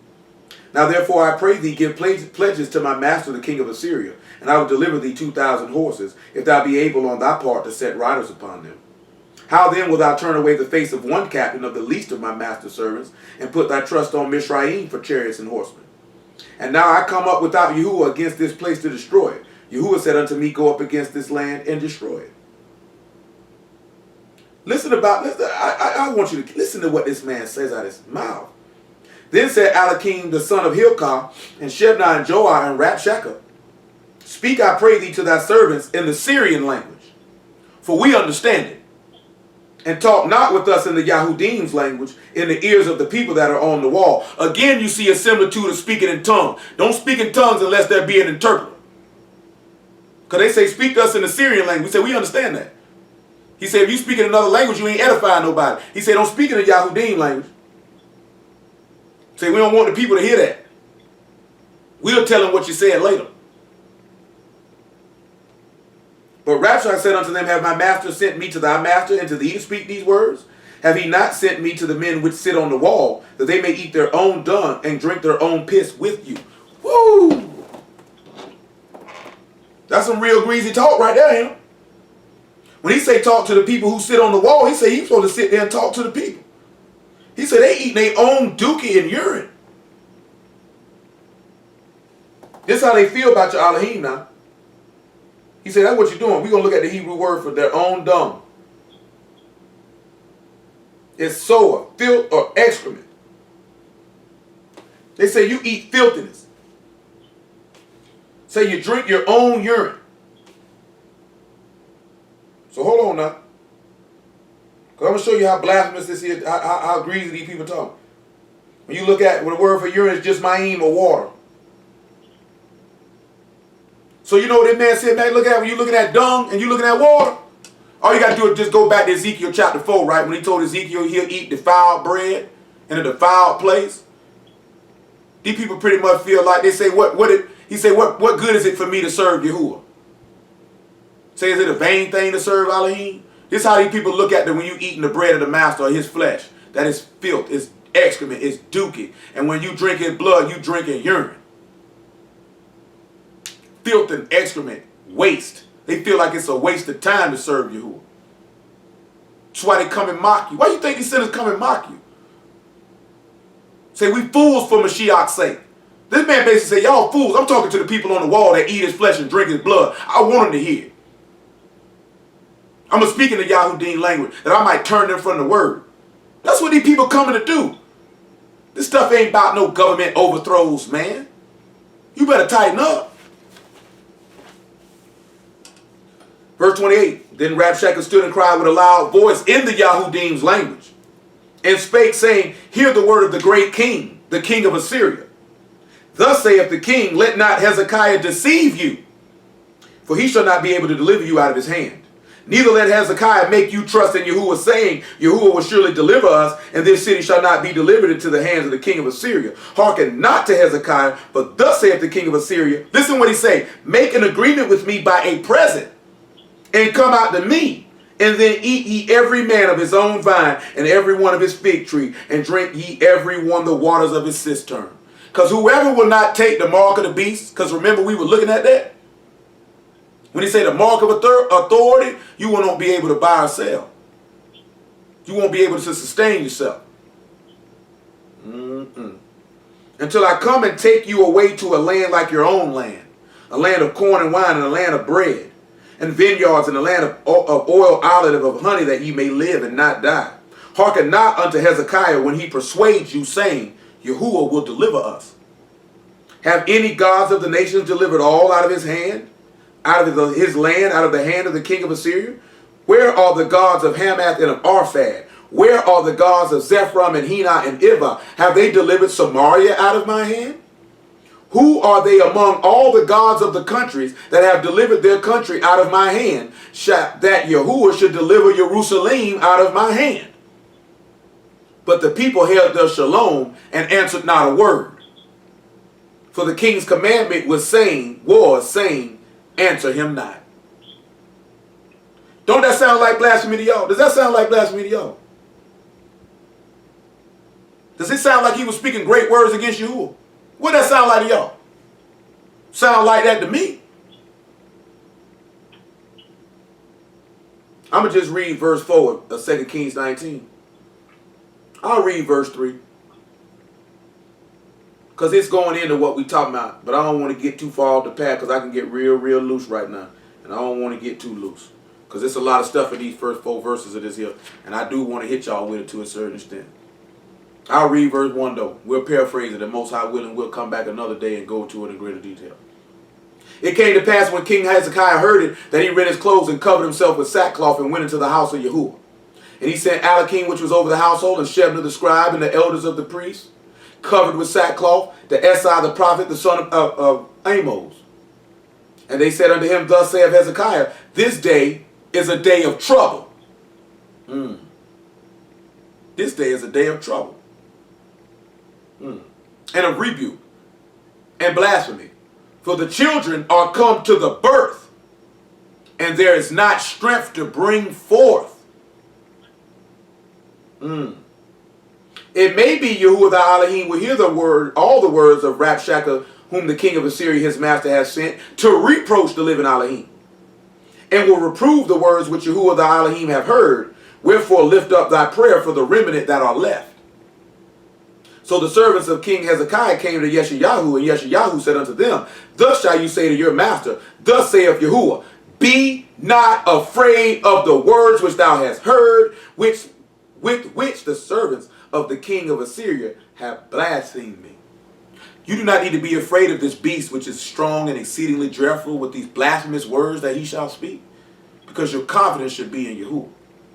Because he is going to talk reckless like this. But he said, this is a day of trouble and blasphemy, and the children are come to the birth, but they don't have any strength to come forward. Now we can go look at Matthew chapter 24 and about verse 24. See if that's what we want. And then we'll look at 2 Thessalonians chapter 2, verse 1. And we'll work that in too. I thank y'all for the word. Y'all all right so far? Did this stuff make sense? I know we seem like we all over the place, but it's all the same word. And it's all painting the same picture.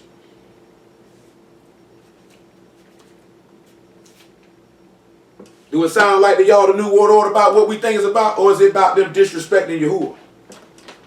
Or is it about them coming to get the people of Yahuwah to turn against Yahuwah? I wouldn't really buy. I wouldn't really buy. Matthew 24 and 24, when you got to stand, you got to be willing to endure. You got to stand, y'all. Got to stand firm.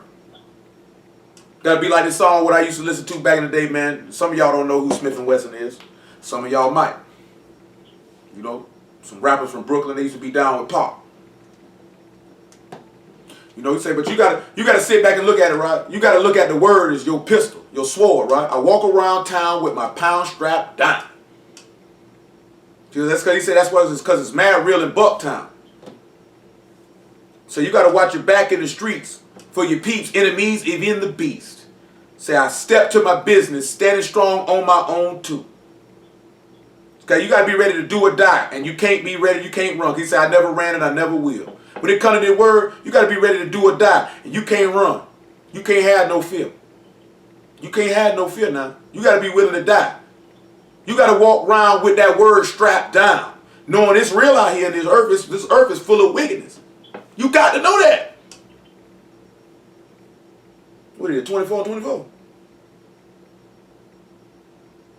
No, 24 and 19. 24 and 19. Woe unto them that are with child, and to them that give suck in those days. But pray ye that your flight be not in the winter, neither on the Shabbat day, for then shall be great tribulation, such as was not since the beginning of the world to this time, no, nor ever shall be. And except those days should be shortened, there should no flesh be saved. But for the elect's sake, those days shall be shortened. Now this man was seeking to come to kill. This is also, you can sit back and you can look at this in Judges chapter 9 when Amalek was slaughtering the children of Yasharal, and it seemed like no flesh would be saved till Gideon arose and took him down. But that's another matter for another day. There, if any man shall say unto you, Lo, here is Mashiach, or there, believe it not. For there shall arise false Mashiachs and false prophets. He warned you about this beast now. And shall show great signs and wonders, insomuch that if it were possible, they should deceive the very elect. Behold, I have told you before. This man had already told you what time it is. This man has already told you what time it is. He letting you know these men going to work signs and wonders. They're going to speak great things against him. 2 Thessalonians chapter 2, verse 1. It's going to speak great words against him. You got to be ready. You got to know what's going to happen in these days.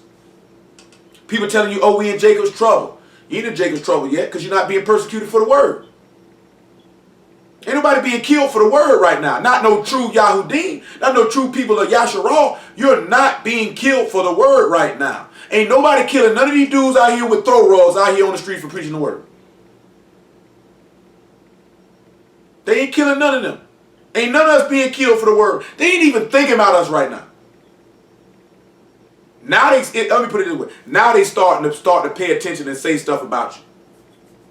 Well, regardless if you determine them to be false camps or whatever you determine them to be, now they just starting to do it. Like really openly do it. Because they've been doing it in private. 2 Thessalonians chapter 2, verse 1. Now we beseech you, brethren, by the coming of our Master, Yahushua HaMashiach, and by our gathering together unto him, that you be not soon shaken in mind or be troubled, neither by Ruach, nor by word, nor by letter from us, as that the day of Mashiach is at hand. Y'all don't need to be, this stuff don't need to scare you. That we like. See, that's what they end up doing. That's that fear mongering. They're making you believe that the man coming back tomorrow. When you supposed to know the word to know, all right, I know the time frame. I know what's supposed to happen. I know this got to happen first. Before the beast come, the two witnesses got to come. They got 3.5 years to prophesy. Then this man got 3.5 years to rule. That ain't happened yet. So how they gonna talk about it's over, the master about to come? Bro, you know all this stuff got to happen first? Do you know the abomination of desolation that's standing in the Kadesh place, which we about to read? That's got to happen first? That hasn't happened. Let no man deceive you by any means, for that day shall not come, except there come a falling away first, and that man of sin be revealed, the son of perdition. Now let's go get this Isaiah 8 and 10. I believe it is. And we come right back. You see, I told you we'd get them. You know, y'all's good. We wasn't going to just leave them to the side. I'm sorry, that's not Isaiah 8. My apologies, y'all. That's Isaiah 6 and 12. My apologies. You know, we went over this about a year or so ago. This Isaiah 6 and 12. We thank y'all for the word. So we got to bring it to your remembrance for those that heard it. And for those who never heard it, you hear it for the first time to a certain extent.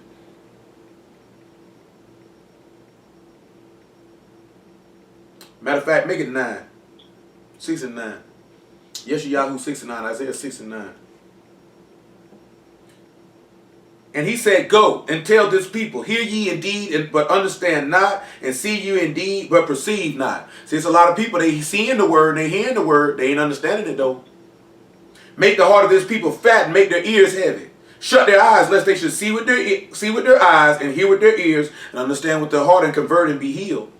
Then said I, Yahuwah, how long? He said, how long? And he answered, until the cities be wasted without inhabitant, and the houses without man, and the land be utterly desolate. And Yahuwah have removed men far away, and there be a great forsaking in the midst of the land.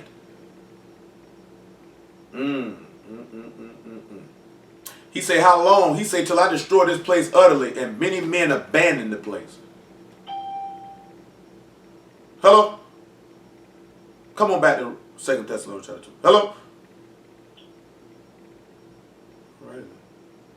It's me. All right. So, before all this stuff got to happen, the land got to be destroyed. And it's got to be a great abandoning in the middle of it.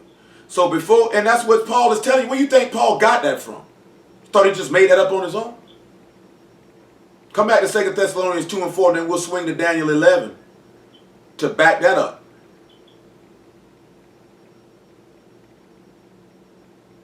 Whoso oppose and exalt himself above all that is called Elohim, or that is worshipped, so that he as Elohim sit in the temple of Elohim, showing himself that he is Elohim.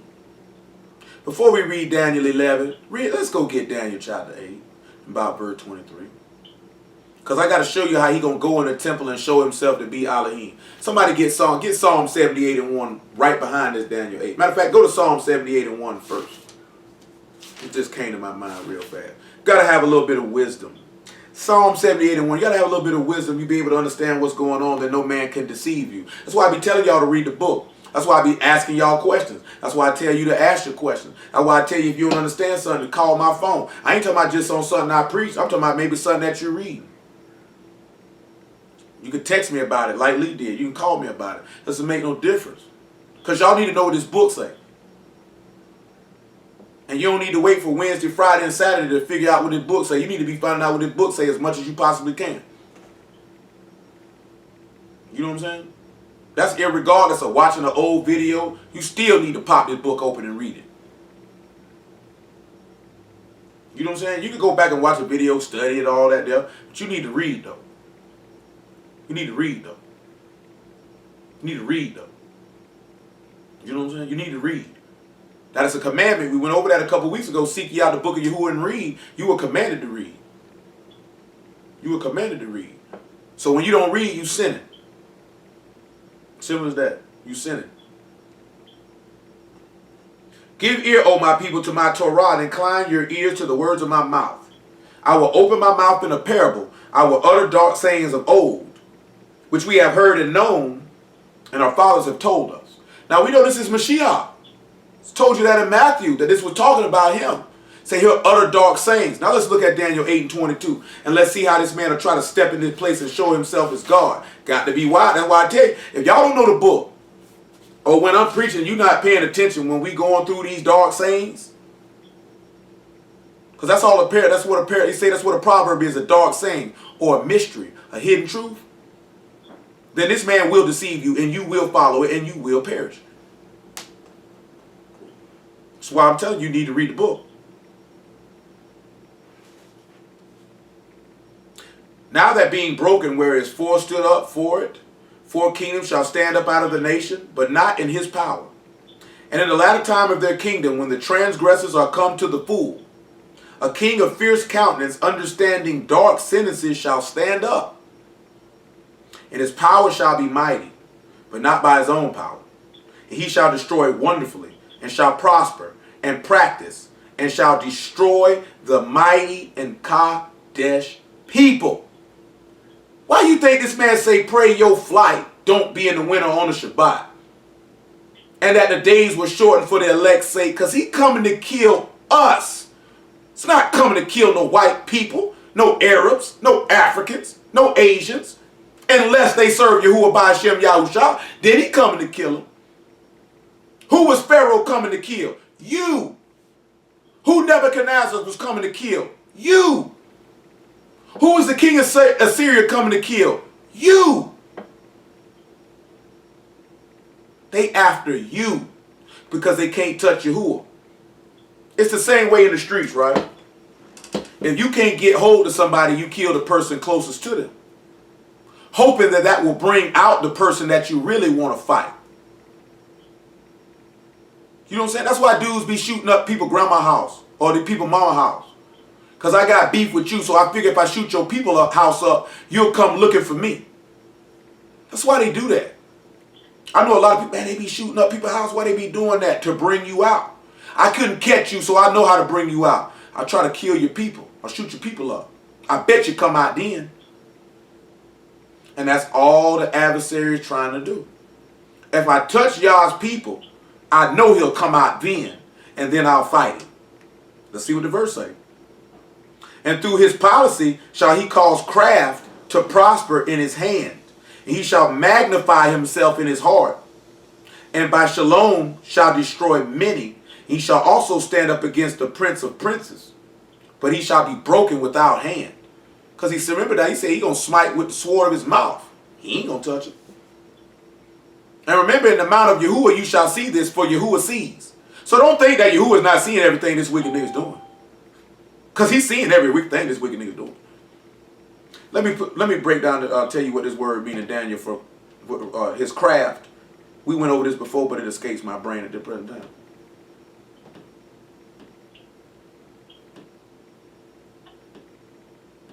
So when we look at, if my memory serves me correctly, it's going to be idolatry.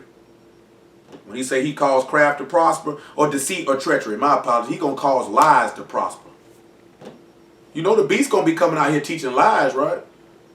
And ye are of your father the devil. And the lust of your father ye will do. For he was a murderer from the beginning, just like the beast will be murdering and killing people. He was a liar, say that he's abode not in the truth, because the truth is not in him, because he's a liar and the father of it. And what did the serpent come and do in the beginning? You shall not surely die. You think this man gonna come tell you if you don't take this mark, you're not gonna die. Even though he know the book say different. It's gonna be the same thing like in the beginning. You dealing with the beast is dealing with taking the knowledge of good and evil or going after the knowledge of the tree of life. You take this man Mark, you would have did just what Eve did. You would have ate from the knowledge of good and evil, and you will surely die. He just like his daddy. He gonna do what his daddy did. You think the beast ain't gonna do what his daddy do? And these niggas got you looking at a new world order as, oh man, it's gonna be one world government. It's not about no one world government, man. It's about a one world satanic system of deceit and blasphemy against Yahuwah, Elohim, Ba'ashem, Yahushua. That's what it's really about. Don't let these people make no fool out of you. That's what it's really about. That is what it's really about. This man is going to cause lies to prosper. This man is going to cause lies to prosper. You know, if he's already doing that, that's Satan daddy, and that's prudence, insight, and understanding, cunning and craft. No, he say the beast, the serpent, was more subtle or more skillful or more cunning than any beast that Yahuwah Elohim had made. And he said this man will understand dark sentences. That means he will have some insight into the word. And you already see him in Revelation 13 mimicking the death and resurrection of Yahushua on Pishah. So what do you think he's going to do? He's going to try to twist the word. They don't tell you that with no New World Order stuff. They don't teach you that. They don't tell you that. This man going to stand up and try to twist the word to make it fit him. Because he's magnifying himself, showing himself he Elohim. Daniel 11 and 30. My apologies. 11 and 37. Or 11 and 36. Thank y'all for the word. That's all I can say. We just trying to get you right and get you ready. So you'll know. So you won't be made a fool out of.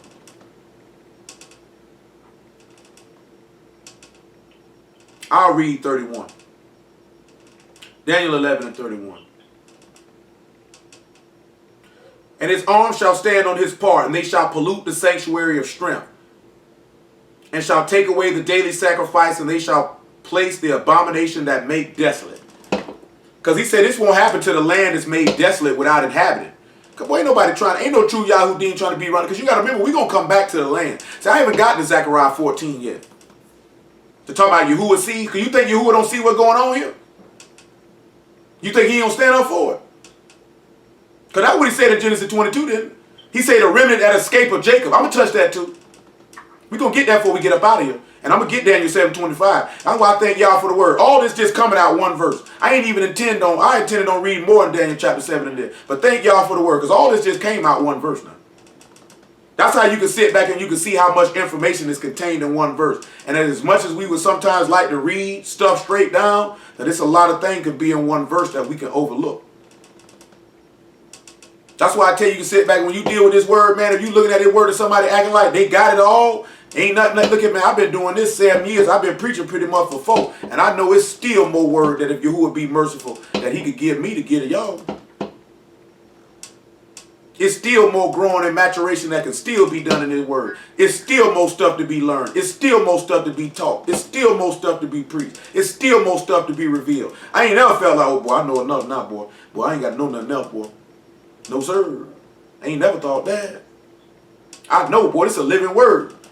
We can open up stuff we done read numerous times and get something different out of it every time. That's the goodness of your Elohim. Praise be to Yahuwah Ba'ashem Yahushua. But you better know about it. Then what he say now? And as such as do wickedly against the covenant shall he corrupt with flatteries.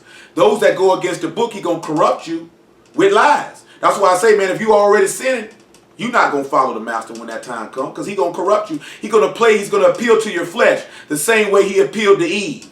You'll be as gods, knowing good and evil. He will corrupt you with flatteries because you want to do wickedly against the contract, against the agreement, against the mark of authority. But the people that do know their Elohim shall be strong and do exploits. They that understand among the people shall instruct many, yet they shall fall by the sword, and by flame, and by captivity, and by spoil many days. Now when they shall fall, they shall be hoping with a little help, but many shall cleave to them with flatteries. And some of them of understanding shall fall to try them, and to purge, and to make them white. That's why he say they washed their robes in the blood of the Lamb, and they came out white, had white robes on with palms in their hand. These are they who went through great tribulation. Thank y'all for this word. It's all the same word. The New Testament telling you what's in the Old, and the Old telling you what's in the New. It's a synergy. When I was talking to that atheist, the Council of Nicaea gave you your Bible. Council of Nicaea ain't gave me nothing. They chose what books went in there. They only did what Yahuwah allowed them to do. Because one thing for certain, two things for sure. All 66 of these books go together. Not one contradict the other. When people say they contradict each other, because you're talking to somebody who understands not the word. Real talk. Because I'm going to tell you something, man. I'm just speaking for me. I know some of my brethren should be able to say the same. Because they had knowledge and information before I knew them. And then once I knew them, we added on to that they should be able to say the same. And maybe in some matters they might not feel confident enough to be able to do it. But hey, man, y'all willing, we get that straight. You should be able to defend what you believe in at any given time and let anybody know, boy, my Elohim word don't contradict nowhere. Don't you disrespect him nor me. I will crash you on sight. Like Paul said, I'm not ashamed of the gospel of Yahushua HaMashiach, and I will defend the faith at will, and I will smash you with no regard, no feeling, and no remorse if you dare disrespect my Elohim. Know that, trust that, believe that. And if you try me, you will see that. Because I ain't on that, period. You know what I'm talking about? That's how you supposed to feel. Don't size me like that. I will smash you. You know what I'm talking about? Don't disrespect my Elohim. Don't let people make a mockery of your Elohim to be like what this man came from Assyria came talking about. Don't put your trust and confidence in that. What? Nigga, what? Be like Nehemiah, you come back around here one more time, I will put hands on you. Straight up. Don't come back around here with that rallies, man. I ain't on that. Find somebody else to play with. Verse 36.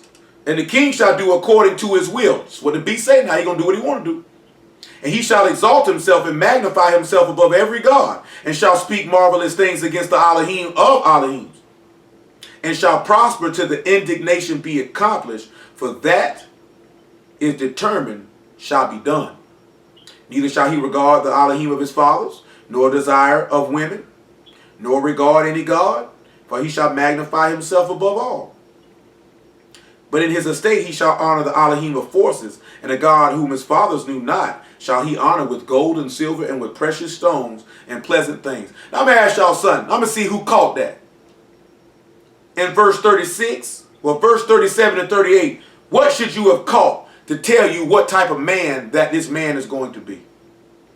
I need somebody to answer me and help me out. I'm going to read it again, see if you catch it. Neither shall he regard the God of his fathers, nor the desire of women, nor regard any God, for he shall magnify himself above all. But in his estate shall he honor the Elohim of forces, and a God whom his fathers knew not shall he honor, with gold and silver and with precious stone and pleasant things. What did y'all catch out of verse 37? Not just idolatry. Not just that. Not that. He just might be a unit. Don't necessarily mean a homosexual. He gonna worship the forces of Satan. In verse 38. Look, I'm gonna read it one more time, see if y'all catch it. It sounds like the mind of man, because it says he won't give regard to the God of his father, not no desire for women, but shall uplift himself. So to me that seems like I am. This is the part I wanted y'all to focus on. He said he shall neither regard the God of his fathers, and he will honor a God whom his fathers knew not. What does that tell you?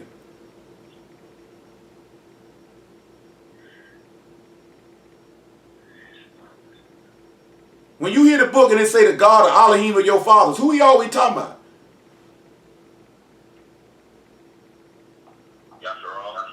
He talking about somebody who from the seed of Abraham, Isaac, and Jacob. Don't we read in the law, he said you'll go to a land and worship a God which your fathers have not known? Our fathers only know Yahuwah. We didn't know Hashatan. So you know what this is pointing to us and letting us know that this man of sin more than likely will be of the seed of YAHUAH. He will be one of us. How else will he be able to understand? How else will he be able to understand dark sentences, seeing that he gave his word to Jacob? He have not done so with any other nation. And their judgments they have not known them. Would you say that verse? I know Dan is like with when Jacob's doing the prophecy over Dan, the serpent, and all that. That's about Judas. When it says that he shall, Revelation 13, we were just talking about how he shall rise out of the sea, and says we shall be the sand of the sea. The thing that's in the sea is the sand, so I can kind of see it there too. You got to remember in Revelation 17 and in Jeremiah 51, it tell you the sea is the people. So he going to come from amongst the people. It would only make sense that he would be able to deceive somebody, especially the children of YAHUAH, if he was one of them. Yeah, that makes sense too. Just like Judas, it really does. Because you got to remember, it say a God whom his fathers knew not. His fathers. When we look in the law and we see the God of your father, the God your fathers knew not, and you're going to be he was always talking about us. He said the God of his fathers. He won't regard the God of his fathers. Just something to consider. In that verse 38, when it says, but in his estate shall he honor the God of forces, ain't that talking about? Let's look and see in Hebrew what that's talking about. Because we got to get ready to wrap this up soon. It's almost 11 o'clock. But I got to finish Daniel 7 before I let y'all depart. Because I said it and I'm going to do it. Because I got to crash this. And I'm going to put it in the title. And the whole part of it ain't going to be to the end. You know, I like to do stuff like that sometimes. So then they can catch the rest of it. We look at... Oh, wrong verse. My apologies, y'all. I thought I was in the right verse, but I wasn't. Let's pull the word up. We look at estate. It's con, and it's base, stand, pedestal, office, foot, place, estate. So it's going to sit back and look at in Jerusalem, because y'all know what Revelation 11 say. They'll build a temple. You know what I'm saying? And this man going to stand in that temple and say he Elohim. So in his base, he's not going to regard. He's going to honor the God of forces, I should say. My apologies. So when we look at the God of forces, that word is ma'uz. And it's a place or means of safety, protection, a refuge, a stronghold. A place of safety, fastness, and harbor, or a stronghold. Well, you know, casting down imaginations and strongholds, and the only person who has strongholds is, he says that he that commits sin is the servant of sin, to have you bound. Sin is a stronghold. So when he say he's going to regard the God of, or honor the God of forces, he's going to be honoring the serpent. Because remember, he calls all to worship the serpent. So this is pointing you to the beast in Revelation 13. This is all what the quote-unquote New World Order is really all about. It's idolatrous satanic worship and the persecution of the Kadeshim of Yahuwah by Hashem Yahushua. That's really all it is about. You know what I'm saying? It's about nothing else other than that. Don't let these people distract you into other things. Is there anything that we will? Let's finish Daniel chapter 7. That's why the people were going to be afraid. And that's why he comes to make you afraid. Matter of fact, before we read that, 2 Timothy chapter 1, verse 5. And Nehemiah chapter 4, if I'm not mistaken.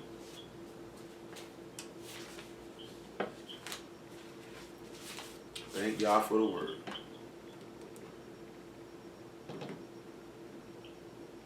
I probably won't post it till later, but the Wednesday video is done. I just got to hit it in the video editor, but I don't know how long it'll take it to process, though. I got this thing right in front of me. It knocked it out. So praise Yahuwah for that. I'm sorry, that's 2 Timothy chapter 1, verse 5. I don't know if I said chapter 2. If I did, my apologies.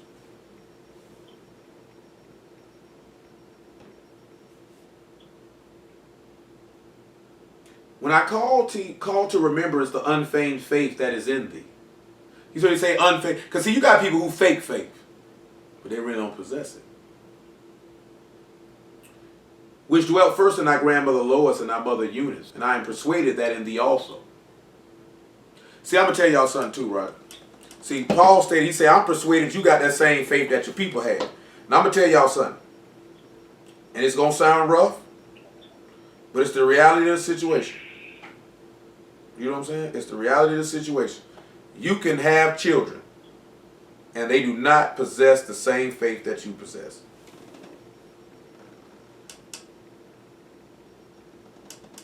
You know what I'm saying? Samuel had sons. They were wicked.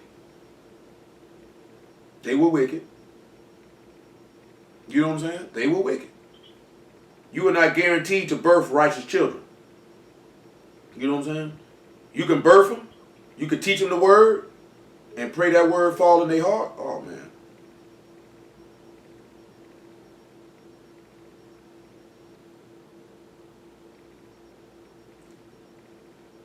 Welcome. There are 11 participants in the conference. Please announce yourself. All right, my call had dropped this time. Hold on, y'all.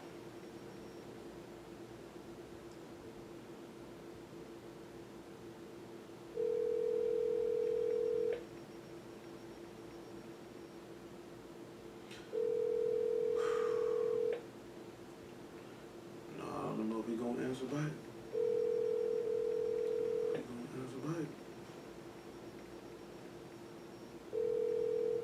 All right, y'all. So, what we're looking at is this, right? Is you're not guaranteed to have righteous children. You're just really not. You know what I'm saying?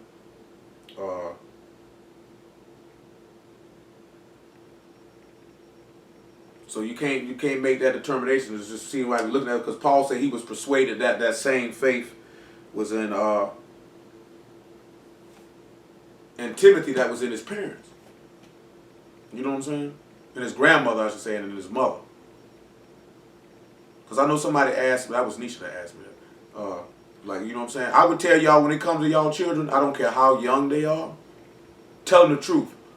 Don't try to water it down. Don't try to baby it to them. Give it to them dead raw, straight down the middle. But most importantly, live out that faith that you want them to possess. Live it out. Just don't, you know what I'm saying? Just don't say this, that, there, and the third. Live it out. Live it out. And if they walk in the word, pray be to Yahuwah. And if they don't walk in the word, pray be to Yahuwah. Because it was his will either way. You know what I'm saying? But live it out. That if you live it out and your children don't walk in it, then you would be that testimony against them, along with the word that that same child would have heard preached, that would have condemned their souls to hell because of their disobedience and their disbelief. That they would have a sure and upright testimony against them.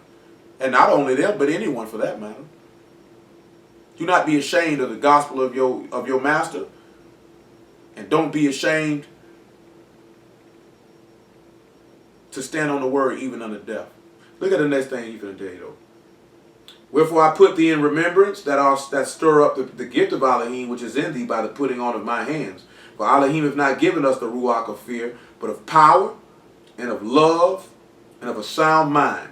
Be not therefore ashamed of the testimony of our master, nor of me his prisoner, but be thou partaker of the afflictions of the gospel according to the power of Elohim. Don't be ashamed of this. See, when it come down to it and say many of those that do wickedly against the covenant here, corrupt with flattery, they're ashamed of this. That's why I say, if you deny me before men, I will deny you before Elohim. People are ashamed of this. They don't want to suffer these afflictions. They don't want to go to jail. Say the devil shall cast some of you into prison, but be faithful unto death. I'll give you a crown of life. They don't want to go to jail. That man told you were going to prison. You were going to prison for the word. He said you'll be hated for all nations for my name's sake. You being hated for the word. You're not being hated because you're black. You're not being hated because the government just wants to persecute people. They hate Yahuwah. Man, I'm talking about bring it down a notch. Stop being self-absorbed. Stop being self-righteous and thinking it's about you. It's always about Yahuwah. It's never about you. It's always about Yahuwah. It's never about you. This is about Yahuwah. It is not about you. And the minute that we can understand that it's about Yahuwah and not us, our souls will be saved. The minute we can realize it is about Yahuwah and not us, our souls will be saved. But as long as you think it's about you, that pride will rest in your heart. Therefore, Elohim will resist you, because he gives grace unto the humble and he resists the proud. He will not come unto you. Know that. Understand that. Daniel 7 and 8. Make sure I ain't leaving nothing out that verse. If anything, if everything tightened up in that verse, we're going to go straight to what we need to look at, and we're going to depart. Because I'm going to go ahead and crash this Daniel 7:25. I'm going to get that over with. We hit everything in Daniel 7 and 8. We seen how they having a mouth speaking great things. We seen the blasphemy. We seen it. We read it. Y'all know what it is. Y'all know what it is. Let's work our way to 7 and 19. 7 and 18. I referenced Zechariah 14 earlier. We don't have time to look at it. When we looking at that Genesis 22 and 17, when they talk about Yahuwah sees. See, when you look at Leviticus, I want to say about 22. Let me make sure, because I don't want to tell you that wrong. I want to make sure y'all know what that's at. Let me make sure that's what that's at. I don't want to tell you nothing wrong. That might not be Leviticus 22. Make sure that's in the right place what I'm talking about. I know what to say, but I can't recall the verse escaping my brain at this moment. It might be 25.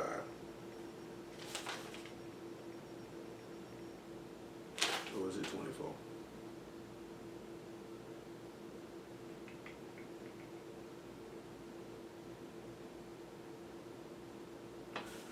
Hold on one second, y'all. I want y'all to understand this and say when Yahuwah sees. And what this means when he says that he sees. And then it'll make sense of why we went to that place. And then it'll tie it in real decent. Wrap it up in a real nice bow. It was 25. 25 and 23. No, that's not 25 and 23.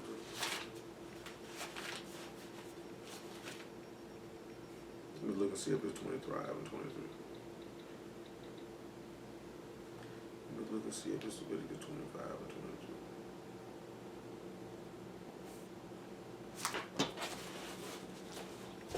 22. Basically, the verse that I'm referring to is when he says his eyes are always upon that land because it's a place that he cares for.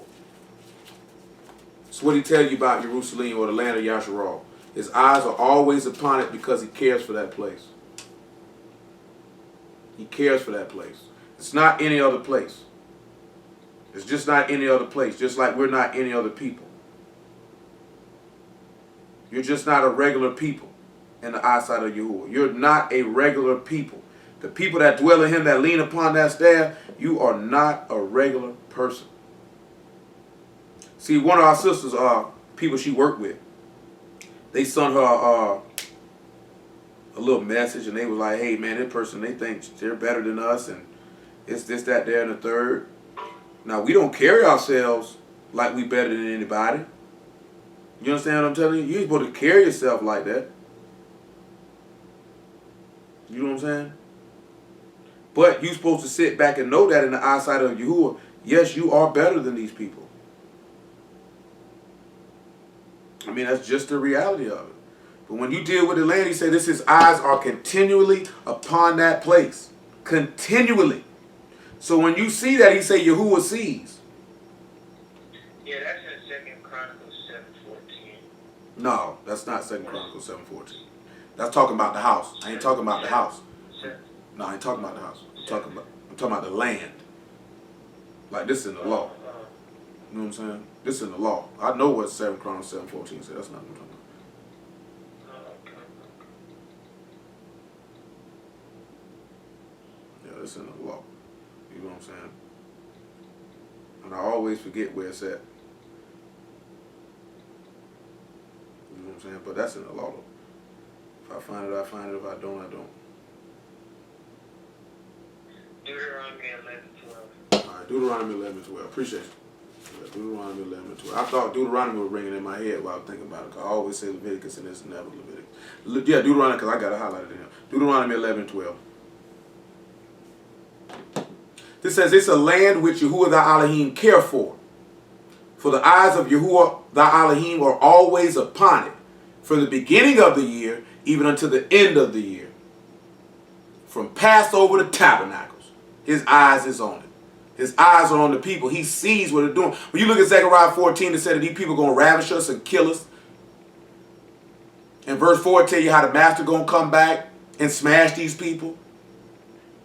And all of these things, which I wanted to talk to y'all about the Valley of Hinnom or the Valley of Decision or the Valley of Jehoshaphat or Armageddon. But I want to have the map in front of me to do that for y'all. And I can't do that in front of y'all over the phone. So when he say his eyes are upon it, or he sees the blasphemy of the beast. He hears the blasphemy of the beast. He sees and hears the persecution of his people. And he will render vengeance on their behalf. Daniel 7 and 18. I just had to mention that because of what we're about to read in Daniel 7 and 18. 7 and 17. These great beasts which are four kings which shall arise out of the Arats. But the Kadeshim of the Most High shall take the kingdom and possess the kingdom forever, even forever and ever. Then I would know the truth of the fourth beast, which was diverse from all others, exceedingly dreadful, whose teeth were of a lion, and his nails of brass, which devoured and brake in pieces, and stamped the residue with his feet.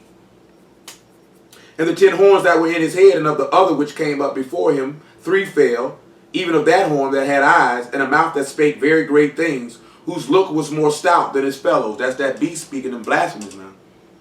I beheld that same horn made war with the Kadeshim and prevailed against them, until the Ancient of Days came, and judgment was given to the Kadeshim of the Most High, and the time came that the Kadeshim should possess the kingdom. Thus he said, the fourth beast shall be the fourth kingdom upon the Arats, which shall be diverse from all kingdoms, and shall devour the whole Arats. So there's your one word order, or your one. He's going to rule the whole world under a satanic worship. No different than Pharaoh, no different than Nimrod, no different than Nebuchadnezzar. Shoot, even no different than Sennacherib of Assyria to a certain extent. No different. They were ruling the whole world. And they wanted the whole world to worship their idols. And it shall tread it down and break it into pieces. And the 10 horns out of this kingdom are 10 kings that shall arise, and another shall rise after them, and he shall be diverse from the first, and he shall subdue 3 kings. And listen to what he says. And he shall speak great words against the Most High, and shall wear out the Kadeshim of the Most High, and think to change times and laws. And they shall be given into his hand until a time and times and the dividing of time. But the judgment shall sit, and they shall take away his dominion to consume it and to destroy it unto the end. And the kingdom and dominion and the greatness of the kingdom under the whole Shamahim shall be given to the people of the Kadeshim of the Most High, whose kingdom is an everlasting kingdom, and all dominion shall serve and obey him. Because of the nations which are left shall come into the city and bring their honor and esteem into it. When he say to seek change, I'm going to tell you something. Hebrew Israelites tell you Daniel 7:25 and talking about the Romans changing the Shabbat. That is pure stupidity. Because the Pope has not stood up and spoke great things against the Most High, nor has he wore out the Kadeshim, nor did he rule for 3.5 years.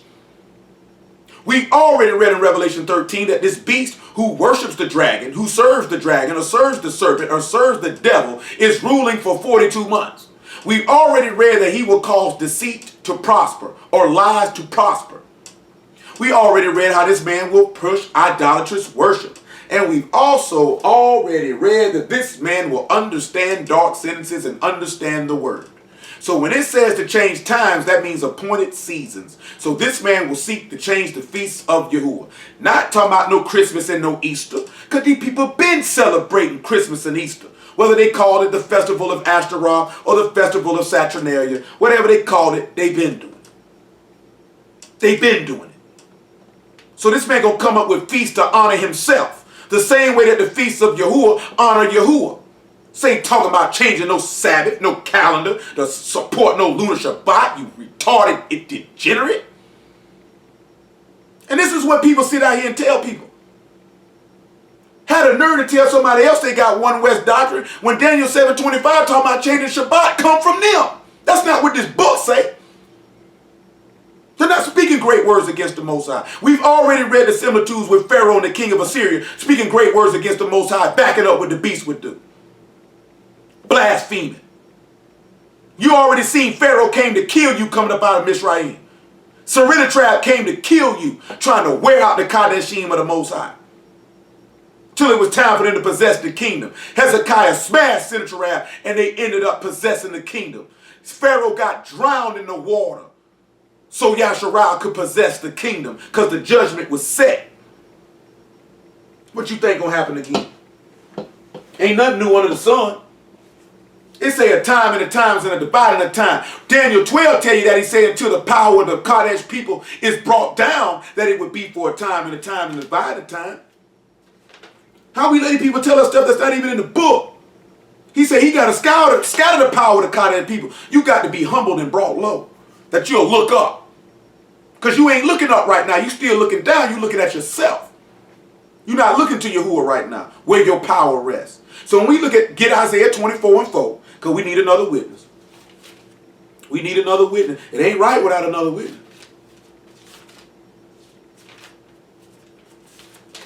24 and 4. 24 and 4. 24 and 3. 24 and 3. So when we read in Isaiah 6, the land got to be made empty. Got to be desolate. Man, that man got to come in here and act stupid. The land shall be utterly empty and utterly spoiled, for Yahuwah has spoken this word.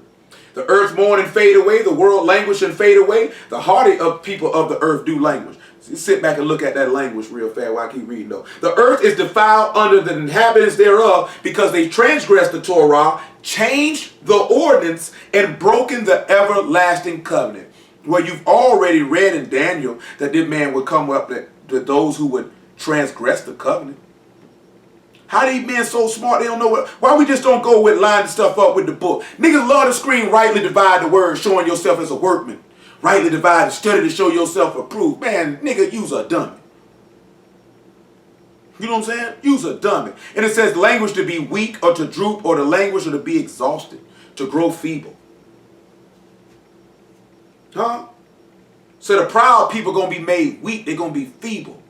You'll see why they'll be made feeble. Let me sit back and look at this word for changing the ordinance. You sit back in the Hebrew word for changing the ordinance.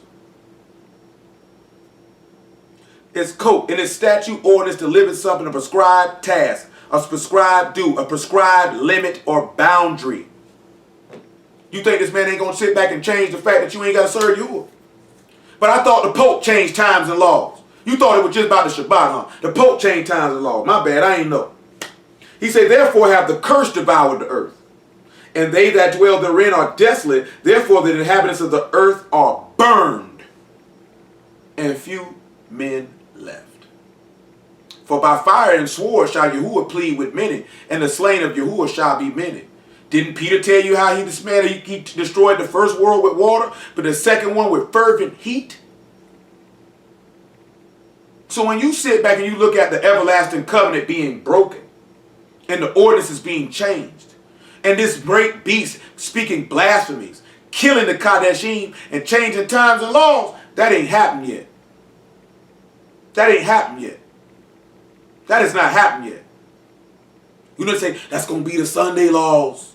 They're going to force you to keep a Sunday Sabbath. Well, that's bigger than a Sunday. That's bigger than worshiping on Sunday, boy. That's bigger than that. But this man going to seek to change around the whole book because he understands dark sentences. And he's going to use lies. He's going to do what Hashatan did in the beginning with the tree of good and evil. Revelation 12 and 12. We get ready to stop it right about here. I know we done hit a lot. I thank y'all for the word, though. Praise y'all for the word, though. 12 and 13. Revelation 12 and 13. I hope it makes sense to you. I hope you heard the man. I hope you sit back and you can see that the New World Order ain't what we thought it was. It definitely ain't that. 12 and 13. And when the dragon saw that he was cast upon their rats, he persecuted the woman which brought forth the man-child. Same thing Pharaoh did. He wanted to persecute the woman that brought forth the man child. How do we know this? And to the woman were given 2 wings of a great eagle, that she might fly into the wilderness, into her place where she is nourished for a time and a times and a half a time from the face of the serpent. He told you in Exodus chapter 19 how he say how the Egyptians saw how I put. Go to 19:5 so you can see this in the law. It's because this is in the law. This is right here in the law. It's nothing new under the sun. For my name is YAHUAH, I change not.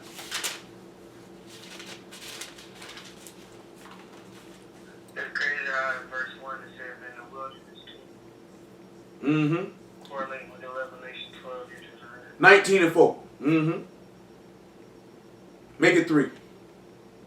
Matter of fact, I'll read 2. For they were departed from Rephidim and came to the desert of Sinai and pitched in the wilderness, and there Yasharal camped before the mount. Because YAHUAH sees in the Mount of Elohim, just like in Genesis 22, I see you. My eyes are on you. This is a place that I care for. My eyes are continually upon it. My eyes are continually upon this people. Remember how he sat back and said that the people would scatter and flee. Moses went up unto Elohim, and YAHUAH called unto him out of the mountain, saying, Thus shalt thou say to the house of Jacob and tell the children of Yasharal, You have seen what I did unto Mizraim, and how I bare you on eagle's wings and brought you unto myself. Now I want y'all to understand something, know something, because we done went over this before.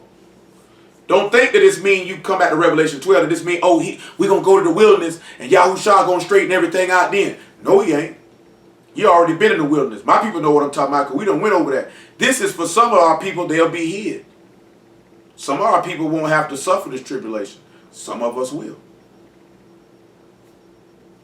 Got to be careful with that wilderness stuff, because that's a Hebrew rapture right there. Got to be careful with that. That's a Hebrew rapture for some. Verse 15. And the serpent cast out his mouth water as a flood after the woman, that he might cause her to be carried away of the flood. And the earth helped the woman, and the earth opened her mouth and swallowed up the flood, which the dragon cast out of his mouth. This is like a similar to when Pharaoh got drowned in the Red Sea, trying to come after us and kill us. And the dragon was wroth with the woman, and he went to make war with the remnant of her seed, which keep the commandments of Elohim, and have the testimony of Yahushua HaMashiach. See, some of us going to have to die for this. Which goes back to what we were talking about on Wednesday. Sanctify unto me all the firstborn that openeth the womb, whether man or beast, they are mine. Don't make no difference. You'll be part of the first resurrection. You'll belong to YAHUAH. You have no need to fear. But we'll stop it right there for right now. Hallelujah for Yahushua in the word. Y'all understood all this stuff this evening? Yes, sir. Well, word. We stop it right there, man. Oh, boy, I'm getting old, man.